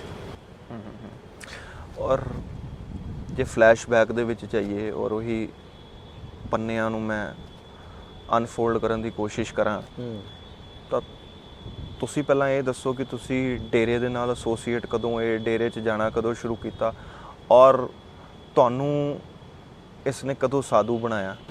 ਮੈਂ ਤਾਂ ਦੇਖੋ ਬਹੁਤ ਛੋਟਾ ਸੀਗਾ, ਮੈਂ 1985 ਤੋਂ ਮੈਂ ਮੇਰੇ ਮੰਮੀ ਪਾਪਾ ਨਾਲ ਜਾਂਦਾ ਹੁੰਦਾ ਸੀਗਾ। ਮਤਲਬ 6-7 ਸਾਲ ਦੀ ਉਮਰ ਰਹੀ ਹੋਗੀ ਤੁਹਾਡੀ? 7 ਸਾਲ ਦੀ ਉਮਰ ਰਹੇਗੀ ਮੇਰੀ। ਸ਼ਾਹ ਸਤਨਾਮ ਜੀ ਤੋਂ ਮੈਂ ਗੁਰੂ ਮੰਤਰ, ਜਿਹੜੇ ਪਰਮਪਿਤਾ ਸ਼ਾਹ ਸਤਨਾਮ ਜੀ ਮਹਾਰਾਜ ਸੀ ਕਿ ਬਹੁਤ ਅੱਛੇ, ਮਤਲਬ ਉਹ ਇੱਕ ਪ੍ਰੀਸੈਪਟਰ, ਇੱਕ ਬਹੁਤ ਅੱਛੇ ਗੁਰੂ ਸੀਗੇ, ਇੱਕ ਮਹਾਨ ਇੱਕ ਗੁਰੂ ਸੀਗੇ, ਤੇ ਉਹਨਾਂ ਨਾਲ ਮੈਂ ਜੁੜਿਆ ਹੋਇਆ ਸੀਗਾ। ਮੇਰੀ ਫੈਮਿਲੀ ਉਹਨਾਂ ਨਾਲ ਜੁੜੀ ਹੋਈ ਸੀਗੀ। ਸਾਨੂੰ ਨਹੀਂ ਪਤਾ ਸੀਗਾ ਇਹ ਮਤਲਬ ਰਾਖਸ਼ ਆ ਕੇ, ਰਾਖਸ਼ ਪ੍ਰਵਰਤੀ ਦਾ ਬੰਦਾ ਇਹ ਇੱਦਾਂ ਆ ਕੇ ਪੂਰੀ ਸੰਗਤ ਦਾ ਮਲਿਆਮੇਟ ਕਰ ਦੂਗਾ, ਪੂਰਾ ਖਲਾਰਾ ਪਾ ਦੂਗਾ ਆ ਕੇ, ਲੇਕਿਨ ਆਪਦੇ ਨਿੱਜੀ ਸਵਾਰਥ ਵਾਸਤੇ ਲੋਕਾਂ ਤੇ ਅਤਿਆਚਾਰ ਕਰੂਗਾ। ਤੇ ਉਸ ਤੋਂ ਬਾਅਦ ਜਦੋਂ ਮੈਂ ਸਾਧੂ ਬਣਿਆ, ਮਤਲਬ ਉਸ ਤੋਂ ਬਾਅਦ 1990 ਦੇ ਵਿੱਚ ਵੀ ਮੈਂ ਮਤਲਬ ਅਪ ਡਾਊਨ, 1990 ਤੋਂ ਲੈ ਕੇ 1996 ਤੱਕ ਮੈਂ ਅਪ ਡਾਊਨ ਕਰਦਾ ਰਿਹਾ। ਮੇਰੀ ਸਟੱਡੀ ਵੀ ਚੱਲਦੀ ਰਹੀ ਨਾਲ ਟੋਹਾਣਾ ਦੇ ਵਿੱਚ, ਲੇਕਿਨ 96 ਦੇ ਵਿੱਚ 15 ਜਨਵਰੀ 1996 ਟੋਹਾਣੇ ਤੋਂ ਸਿਰਸਾ ਤੁਸੀਂ ਅਪ ਡਾਊਨ ਕਰਦਾ ਸੀ, ਲੇਕਿਨ ਪੱਕੇ ਤੌਰ ਤੇ ਮੈਂ 1996 ਦੇ ਵਿੱਚ ਐਜ਼ ਹੀ ਉੱਥੇ ਸਾਧੂ ਬਣ ਚੁੱਕਿਆ ਸੀ। ਲੇਕਿਨ 1985 'ਚ ਤੁਸੀਂ ਜਾਣਾ ਸ਼ੁਰੂ ਕੀਤਾ, 1996 'ਚ ਤੁਸੀਂ ਸਾਧੂ ਬਣ ਗਏ ਸੀ? 1996 'ਚ ਮੈਂ ਸਾਧੂ ਬਣ ਗਿਆ ਸੀਗਾ। ਮਤਲਬ 1996 ਦਾ ਇਹ ਉਹ ਸਾਲ ਹੈ ਜਦੋਂ ਤੁਹਾਨੂੰ ਕਾਸਟ੍ਰੇਟ ਨਾ ਉਸ ਤੋਂ ਬਾਅਦ ਤਾਂ 97 ਵੀ, 98, 99 ਵੀ ਆਇਆ, 2000 ਦੇ ਵਿੱਚ ਇਹ ਕੰਮ ਸ਼ੁਰੂ ਹੋਇਆ ਹੈ ਕਾਸਟ੍ਰੇਸ਼ਨ ਦਾ। ਔਰ ਬੜੇ ਵੱਡੇ ਪੱਧਰ ਤੇ ਹੋਇਆ। ਪਹਿਲਾਂ ਜਿਹੜਾ ਕਾਸਟ੍ਰੇਸ਼ਨ ਹੋਇਆ ਇਹ ਲੋਕਾਂ ਨੂੰ ਪੁੰਸਕ ਬਣਾਇਆ। ਇਹ ਪਹਿਲੇ ਜਿਹੜੀ ਸੀਨੀਅਰ ਮੈਨੇਜਮੈਂਟ ਹੁੰਦੀ ਸੀ, ਜਿੱਦਾਂ ਪ੍ਰਬੰਧਕ ਹੁੰਦੇ ਸੀਗੇ, ਜਿਹੜੇ ਵੱਡੇ ਲੈਵਲ ਦੇ ਪ੍ਰਬੰਧਕ ਹੁੰਦੇ ਸੀ, ਪਹਿਲਾਂ ਉਹਨਾਂ ਦਾ ਕੀਤਾ। ਇਵਨ ਦੈਨ ਜਿਹੜੇ ਇਹਦੇ ਕਲੋਜ਼ ਫਰੈਂਡ ਵੀ ਸੀਗੇ ਇਹਦੇ ਗੁਰੂ ਸਰ ਮੋੜੀਆ ਦੇ, ਉਹਨਾਂ ਦਾ ਵੀ ਕੀਤਾ ਇਹਨੇ ਪਹਿਲੇ, ਤਾਂ ਕਿ ਦੂਜੇ ਜਿਹੜੇ ਬੱਚੇ ਸੀ ਸਾਡੇ ਵਰਗੇ ਉਹਨਾਂ ਨੂੰ ਯਕੀਨ ਹੋ ਜੇ। ਇਹਨਾਂ ਪਹਿਲੇ ਉਹਨਾਂ ਦਾ, ਫਿਰ ਜਿਹੜੀ ਨਾਰਮਲ ਮੈਨੇਜਮੈਂਟ ਦੇ ਵਿੱਚ ਆਉਂਦੀ ਸੀ, ਜਿਹੜੀ ਸੀਨੀਅਰ ਤੋਂ ਜਿਹੜੀ ਜੂਨੀਅਰ ਮੈਨੇਜਮੈਂਟ, ਜਿਵੇਂ ਅਸੀਂ 10 ਬੰਦੇ ਹਾਂ, ਸਾਡੇ 10 ਦੇ ਉੱਪਰ ਇੱਕ ਹੁੰਦਾ ਸੀ, ਜਿਵੇਂ ਅਸੀਂ ਭਜਨ ਮੰਡਲੀ ਦੇ ਜਾਂ ਸਪੀਕਰ ਸਮਿਤੀ ਦੇ ਅਸੀਂ 10 ਬੰਦੇ ਆ, ਸਾਡਾ ਗਰੁੱਪ ਹੈ, ਸਾਡਾ ਇੱਕ ਉੱਪਰ ਸਾਡਾ ਮੈਨੇਜਰ ਹੁੰਦਾ ਐ ਕਹਿ ਲਓ। ਫਿਰ ਉਹਨਾਂ ਦੇ ਕੀਤੇ ਸਾਰੇ ਜਿੰਨੇ ਨੇ। ਫਿਰ ਉਸ ਤੋਂ ਬਾਅਦ ਇਹਨੇ ਛੋਟੇ ਛੋਟੇ ਮਾਸੂਮ ਬੱਚੇ, ਨਾਬਾਲਿਗ ਬੱਚੇ ਜਿਨ੍ਹਾਂ ਦੀ ਉਮਰ 15 ਸਾਲ 16 ਸਾਲ ਜਾਂ 17 ਸਾਲ, ਮਤਲਬ ਇਹਨੇ ਕਿਸੇ ਨੂੰ ਨਹੀਂ ਬਖਸ਼ਿਆ, ਸਭ ਨੂੰ ਇਹਨੇ ਵੱਢ ਕੇ ਰੱਖਤਾ। ਔਰ ਇਹ ਸੈੱਟ ਪੈਟਰਨ ਕੀ ਸੀਗਾ ਜਿਹਦੇ ਤਹਿਤ ਇਹ ਮਾਈਂਡ ਵਾਸ਼ ਕਰਦੇ ਸੀਗੇ ਸਾਰਿਆਂ ਦਾ? ਮਾਈਂਡ ਵਾਸ਼ ਤੇ ਦਾ ਇਹੀ ਹੁੰਦਾ ਸੀ ਕਿ ਤੁਹਾਡਾ ਭਗਤੀ 'ਚ ਮਨ ਲੱਗਣਾ ਹੈ, ਤੁਹਾਨੂੰ ਤੁਹਾਡਾ ਮਨ ਤੰਗ ਨਹੀਂ ਕਰੂਗਾ, ਤੁਹਾਨੂੰ ਮੋਕਸ਼ ਦੀ ਪ੍ਰਾਪਤੀ ਹੋਊਗੀ, ਤੁਹਾਨੂੰ ਪਰਮਾਤਮਾ ਦੇ ਦਰਸ਼ਨ ਹੋਣਗੇ, ਤੇ ਤੁਸੀਂ ਮਤਲਬ ਜਿਸ ਕੰਮ ਵਾਸਤੇ ਇੱਥੇ ਆਏ ਹੋ ਤੁਹਾਡਾ ਉਹ ਕੰਮ ਸਾਕਾਰ ਹੋ ਜਾਊਗਾ, ਈਸ਼ਵਰ ਦੀ ਪ੍ਰਾਪਤੀ ਹੋਊਗੀ। ਮਤਲਬ ਕਾਫੀ ਲੈਂਗੁਏਜ, ਡਿਫਰੈਂਟ ਲੈਂਗੁਏਜ ਹੁੰਦੀ ਹੈ, ਮਤਲਬ ਕੋਈ ਹਿਸਟਰੀ ਨਹੀਂ ਹੁੰਦੀ। ਉਹ ਜਿਹੜੀ ਇਹ ਲੈਂਗੁਏਜ ਯੂਜ਼ ਕਰਦਾ ਸੀਗਾ, ਮਤਲਬ ਸਪਿਰਿਚੁਅਲ ਜੋ ਵੀ ਇਹ ਕਰਦਾ ਸੀਗਾ ਵੀ ਉਹ ਰੂਹਾਨੀ ਤੋਂ ਜੁੜੀਆਂ ਇਹ ਚੀਜ਼ਾਂ ਨੇ, ਵੀ ਜੋ ਕੁਛ ਹਾਂ ਮੈਂ ਹੀ ਹਾਂ। ਤੁਸੀਂ ਅੰਦਰ ਦੇਖੋ, ਅੰਦਰ ਬਾਹਰ ਕਹਿੰਦੇ ਮੈਂ ਹੀ ਹਾਂ ਸਾਰਿਆਂ ਦੇ ਵਿੱਚ। ਤੁਸੀਂ ਜੇ ਤੁਹਾਨੂੰ ਕੋਈ ਪੁੱਛਦਾ ਹੈ ਕਿ ਰੱਬ ਕਿੱਥੇ ਤਾਂ ਤੁਸੀਂ ਸਾਡਾ ਨਾਮ ਲਿਆ ਕਰੋ। ਮਤਲਬ ਇੱਦਾਂ ਮਾਈਂਡ ਵਾਸ਼ ਕਰਦਾ ਸੀਗਾ। ਤੁਹਾਨੂੰ ਦਿਨ ਤੁਹਾਡੀ ਮੈਮਰੀ ਦੇ ਵਿੱਚ ਸਟੋਰ ਹੈਗਾ ਵਾ ਜਿਸ ਦਿਨ ਤੁਹਾਡੇ ਨਾਲ ਇਹ ਸਭ ਕੁਝ ਬੀਤਿਆ? ਜੀ ਬਿਲਕੁਲ, ਉਹ ਦਿਨ ਮੈਨੂੰ ਬੜਾ ਯਾਦ ਆਉਂਦਾ ਹੈ ਕਿ ਜਦੋਂ ਮੇਰੇ ਨਾਲ ਇੱਦਾਂ ਹੋਇਆ। ਉਹ ਦਿਨ ਗੁਰਸਰ ਮੋੜੀਆ ਜਦੋਂ ਹੋਇਆ ਮੇਰੇ ਨਾਲ 2000 ਦੇ ਵਿੱਚ, ਸਨ 2000 ਸੀਗਾ, ਅਕਤੂਬਰ ਦਾ ਮਹੀਨਾ ਸੀਗਾ, ਠੀਕ ਹੈ। ਉਹਦੇ ਵਿੱਚ ਮੈਨੂੰ ਇਹਨੇ ਭੇਜਿਆ ਕਿ ਉੱਥੇ ਜਾ ਕੇ ਆਉਣਾ, ਗੁਰਸਰ ਮੋੜੀਆ ਹਸਪੀਟਲ ਸੀਗਾ, ਤੇ ਉੱਥੇ ਉਹਨਾਂ ਡਾਕਟਰਾਂ ਨੂੰ ਮਿਲਣਾ ਹੈ, ਜਾਂ ਪਹਿਲੇ ਇੱਕ ਪ੍ਰਬੰਧਕ ਹੁੰਦੇ ਸੀ ਉਹਨਾਂ ਨੂੰ ਮਿਲਣਾ ਹੈ। ਉਸ ਤੋਂ ਬਾਅਦ ਇਹਨਾਂ ਨੇ ਮਤਲਬ ਮੈਨੂੰ ਇੱਕ ਪੈਪਸੀ ਦੇ ਵਿੱਚ ਕੁਝ ਚੀਜ਼ ਪਿਲਾਈ ਗਈ, ਉਸ ਤੋਂ ਬਾਅਦ ਬੇਹੋਸ਼ ਕੀਤਾ ਗਿਆ। ਬੇਹੋਸ਼ ਤੋਂ ਬਾਅਦ ਮੈਨੂੰ ਇੰਨਾ ਲੱਗ ਰਿਹਾ ਸੀਗਾ ਪਤਾ ਕਿ ਹਸਪੀਟਲ ਦੇ ਵਿੱਚ ਲੈ ਜਾ ਰਹੇ ਨੇ, ਹੁਣ ਕੀ ਕਰਨਾ ਹਲੇ ਵੀ ਨਹੀਂ ਪਤਾ ਸੀਗਾ। ਉਸ ਤੋਂ ਬਾਅਦ ਜਿਹੜੇ ਪੰਕਜ ਗਰਗ ਤੇ ਡਾਕਟਰ MP ਸਿੰਘ ਨੇ ਉਹਨਾਂ ਨੇ ਆਪਰੇਸ਼ਨ ਕੀਤਾ। ਪਰ ਉਸ ਤੋਂ ਪਹਿਲਾਂ ਗੁਰਸਰ ਮੋੜੀਆ ਜਾਣ ਤੋਂ ਪਹਿਲਾਂ ਤੁਹਾਡੀ ਬਾਬੇ ਨਾਲ ਮੁਲਾਕਾਤ ਹੋਈ ਕੋਈ? ਹਾਂ, ਬਾਬੇ ਨੇ ਬਕਾਇਦਾ ਕਿਹਾ ਕਿ ਉੱਥੇ ਤੁਸੀਂ ਜਾਓ। ਪਰ ਇਹ ਮੁਲਾਕਾਤ ਗੁਫਾ 'ਚ ਹੋਈ? ਕਿੱਥੇ ਹੋਈ ਇਹ ਮੁਲਾਕਾਤ? ਗੁਫਾ 'ਚ ਹੀ ਹੋਈ ਹੈ, ਕੁਲਾਇਤ ਗੁਫਾ ਹੈ ਰਾਜਸਥਾਨ ਦੇ ਵਿੱਚ। ਉੱਥੋਂ ਬਾਬੇ ਨੇ ਕਹਿਤਾ ਵੀ ਤੁਸੀਂ ਨੈਕਸਟ ਡੇ ਉੱਥੇ, ਬਾਬੇ ਨੇ ਜਿਸ ਤਰ੍ਹਾਂ ਕੋਈ ਪ੍ਰੋਗਰਾਮਿੰਗ ਕੀਤੀ ਸੀ, ਉੱਥੇ ਨਵਾਂ ਡੇਰਾ ਬਣਿਆ ਸੀਗਾ, ਉਹਦੀ ਓਪਨਿੰਗ ਕਰਨੀ ਸੀ। ਉਸ ਤੋਂ ਬਾਅਦ ਬਾਬੇ ਨੇ ਕਹਿਤਾ ਵੀ 1 ਜਾਂ 2 ਦਿਨਾਂ ਬਾਅਦ ਇੱਕ ਹੋਰ ਮੁੰਡਾ ਵੀ ਸੀਗਾ ਮੇਰੇ ਨਾਲ, ਸੌਰੀ ਮੈਂ ਨਾਮ ਤੁਸੀਂ ਕੱਟ ਦਿਓ, ਉਸ ਮੁੰਡਾ ਵੀ ਮੇਰੇ ਨਾਲ ਗਿਆ ਸੀ, ਉਹਦਾ ਵੀ ਸੇਮ ਡੇ ਹੀ ਕੈਸਟੇਸ਼ਨ ਹੋਇਆ ਸੀਗਾ। ਜਦੋਂ ਮੈਂ ਤੁਹਾਡੀ ਸਟੇਟਮੈਂਟਸ ਪੜ੍ਹਦਾ ਹੈਗਾ ਵਾ, ਉਹਦੇ 'ਚ ਇੱਕ ਬਰਫੀ ਦਾ ਜ਼ਿਕਰ ਆਉਂਦਾ। ਹਾਂ, ਬਾਬਾ ਜਦੋਂ ਸਾਧੂ ਬਣਾਉਂਦਾ ਸੀ ਨਾ ਕਿਸੇ ਨੂੰ, ਉਦੋਂ ਇੱਕ ਬਰਫੀ ਦਾ ਪ੍ਰਸ਼ਾਦ ਦਿੰਦਾ ਸੀਗਾ। ਕੀ ਸੀ ਉਹ ਬਰਫੀ? ਬਰਫੀ ਨਾਰਮਲ ਖਾਣ ਵਾਸਤੇ ਨਹੀਂ, ਬਟ ਉਹਦੇ ਤੁਹਾਡੇ ਨਾਲ ਜਿਹੜੇ ਨਾਰਮਲ ਭਗਤ ਜਾਂਦੇ ਸੀਗੇ ਉਹਨਾਂ ਨੂੰ ਉਹ ਸਾਫ਼ ਤੌਰ ਤੇ ਕਹਿੰਦਾ ਸੀਗਾ ਇਹ ਬਰਫੀ ਤੁਹਾਡੇ ਲਈ ਨਹੀਂ ਹੈਗੀ, ਤੁਹਾਡੇ ਲਈ ਦੂਜਾ ਪ੍ਰਸ਼ਾਦ ਹੈ। ਇੱਕ ਬਰਫੀ ਤੁਹਾਨੂੰ ਦਿੱਤੀ ਸੀਗੀ ਉਹ ਬਾਬੇ ਨੇ, ਸੌਦਾ ਸਾਧ ਨੇ, ਉਹ ਬਰਫੀ ਡਿਫਰੈਂਟ ਸੀ। ਉਹ ਕੀ ਡਿਫਰੈਂਸ ਸੀਗਾ ਜੀ ਉਹ 'ਚ? ਨਹੀਂ, ਡਿਫਰੈਂਸ ਕੁਝ ਨਹੀਂ ਤੇ ਜਿਹੜੇ ਨਾਰਮਲ ਭਗਤ ਹੁੰਦੇ ਸੀਗੇ ਉਹਨਾਂ ਨੂੰ ਬਦਾਨਾ ਜਿਵੇਂ ਬੂੰਦੀ ਦਾ ਪ੍ਰਸ਼ਾਦ ਦੇ ਦਿੰਦੇ ਸੀਗੇ, ਜਿਹਨੂੰ ਕੋਈ ਸਾਧੂ ਬਣਾਉਣਾ ਹੁੰਦਾ ਸੀਗਾ ਤੇ ਉਹਨੂੰ ਬਰਫੀ ਦਾ ਪ੍ਰਸ਼ਾਦ ਦੇ ਦਿੰਦਾ ਸੀਗਾ, ਤਾਂ ਕਿ ਲੋਕ ਅਟਰੈਕਟਿਵ ਹੋਣ ਵੀ ਕੋਈ ਸਪੈਸ਼ਲ ਹੈ। ਇਹਦੇ ਵਿੱਚ ਹੁੰਦਾ ਕੁਝ ਵੀ ਨਹੀਂ ਸੀ, ਖੰਡ ਉਹਦੇ 'ਚ ਪੈਂਦੀ ਹੈ ਤੇ ਖੰਡ ਹੀ ਉਹਦੇ 'ਚ ਪੈਂਦੀ ਸੀ। ਬਾਬੇ ਨਾਲ ਮੁਲਾਕਾਤ ਹੋਈ, ਫਿਰ ਤੁਸੀਂ ਗੁਰਸਰ ਮੋੜੀਆ ਗਏ, ਪੈਪਸੀ ਦੇ ਵਿੱਚ ਤੁਹਾਨੂੰ ਕੁਝ ਮਿਲਾ ਕੇ ਉਹਨਾਂ ਨੇ ਪਿਆਤਾ। ਉਸ ਤੋਂ ਬਾਅਦ ਕੀ ਹੁੰਦਾ? ਉਸ ਤੋਂ ਬਾਅਦ ਜਦੋਂ 72 ਘੰਟੇ ਬਾਅਦ ਮੈਂ ਕਾਫੀ ਘੰਟੇ ਬੇਹੋਸ਼ ਰਿਹਾ। ਇਹਨਾਂ ਨੇ ਮੈਨੂੰ ਕੀ ਖਵਾਇਆ, ਮੈਨੂੰ ਜਦੋਂ ਹੋਸ਼ ਆਈ ਕੁਝ ਟਾਈਮ ਬਾਅਦ, 72 ਘੰਟੇ ਬਾਅਦ, ਜਦੋਂ ਮੈਂ ਦੇਖੀ ਕਿ ਮੇਰੇ ਹਲਕਾ ਹਲਕਾ ਦਰਦ ਹੋ ਰਿਹਾ ਹੈ, ਮੈਂ ਜਦੋਂ ਹਿੱਲਾਂ ਮੇਰੇ ਦਰਦ ਜ਼ਿਆਦਾ ਹੋਣਾ ਸ਼ੁਰੂ ਹੋ ਰਿਹਾ ਹੈ। ਤੇ ਉਸ ਤੋਂ ਬਾਅਦ ਜਦੋਂ ਉਹਨਾਂ ਨੇ ਪੱਟੀਆਂ ਖੁਦ ਚੇਂਜ ਕੀਤੀ, ਇੱਕ ਕੰਪਾਊਂਡਰ ਆ ਕੇ ਉੱਥੇ, ਰਿੰਕੂ ਸੀਗਾ ਕੰਪਾਊਂਡਰ, ਜਦੋਂ ਉਹਨਾਂ ਨੇ ਪੱਟੀਆਂ ਚੇਂਜ ਕੀਤੀਆਂ, ਜਦੋਂ ਉਹ ਦਲੀਆ ਖਵਾਉਣ ਆਇਆ ਮੈਨੂੰ, ਤੇ ਮੈਂ ਸੋਚਿਆ ਵੀ ਮੈਂ ਕਿਹਾ ਕੀ ਕੀਤਾ ਹੋਇਆ ਤੁਸੀਂ ਮੇਰੇ ਨਾਲ। ਉਸ ਤੋਂ ਬਾਅਦ ਬੜਾ ਮਤਲਬ ਦਿਲ ਦਹਿਲ ਗਿਆ, ਮਤਲਬ ਜਿਹੜੀ ਸ਼ਰਧਾ ਸੀ ਉਹ ਟੁੱਟ ਗਈ ਇਹਦੇ ਪ੍ਰਤੀ। ਇਹਦਾ ਮਤਲਬ ਮੈਂ ਪੜ੍ਹਦਾ ਹੈਗਾ ਵਾ ਜਦੋਂ ਤੁਸੀਂ ਉਹ ਹਸਪਤਾਲ ਦੇ ਬੈੱਡ ਤੇ ਸੀਗੇ, ਤੁਹਾਡਾ ਪਜਾਮਾ ਖੂਨ ਨਾਲ ਲੱਥਪੱਥ ਸੀ, ਕੁਛ ਇਦਾਂ ਵੀ ਸੀ? ਨਹੀਂ, ਉਹ ਮੈਨੂੰ ਨਹੀਂ ਪਤਾ ਉਹ ਕੀ ਸੀਗਾ, ਉਹ ਕਿਵੇਂ ਕਿਹਨੇ ਕੀ ਹਿਸਟਰੀ ਬਣਾਈ ਹੈ, ਲੇਕਿਨ ਉਹਦੇ ਵਿੱਚ ਜਦੋਂ ਮੈਨੂੰ ਪਤਾ ਲੱਗ ਗਿਆ, ਉਹਦੇ ਵਿੱਚ ਜਦੋਂ ਉਹਨਾਂ ਨੇ ਪੱਟੀਆਂ ਚੇਂਜ ਕੀਤੀਆਂ, ਦੇਖੋ ਬਲੀਡਿੰਗ ਤਾਂ ਹੋਊਗੀ, ਠੀਕ ਹੈ, ਲੇਕਿਨ ਉਹ ਜਦੋਂ ਰਿੰਕੂ ਨੇ ਉਹ ਸਾਰਾ ਕੁਝ ਚੇਂਜ ਕੀਤਾ, ਜਿਹੜੇ ਉੱਥੇ 1-2 ਹੋਰ ਮੁੰਡੇ ਵੀ ਸੀਗੇ, ਠੀਕ ਹੈ, ਉਸ ਤੋਂ ਬਾਅਦ ਜਦੋਂ ਮੈਂ ਜਾਗਿਆ, ਉਸ ਤੋਂ ਬਾਅਦ ਮੈਨੂੰ ਨਹੀਂ ਪਤਾ, ਮੈਂ ਮਤਲਬ ਇੱਕ ਬੇਹੋਸ਼ ਤਰ੍ਹਾਂ ਦੀ ਹੋ ਗਿਆ ਸੀਗਾ। ਉਸ ਤੋਂ ਬਾਅਦ ਮੈਨੂੰ ਐ ਸੀ ਕਿ ਮੈਂ ਹੁਣ ਇੱਥੋਂ ਨਿਕਲਾਂ ਕਿ ਇਸ ਜਗ੍ਹਾ ਤੋਂ ਮੈਂ ਕਿਵੇਂ ਜਾਵਾਂ ਨਿਕਲ ਕੇ। ਔਰ 1 ਮਹੀਨੇ ਤੱਕ ਤੁਸੀਂ ਬੈੱਡ ਤੇ ਪਏ ਰਹੇ?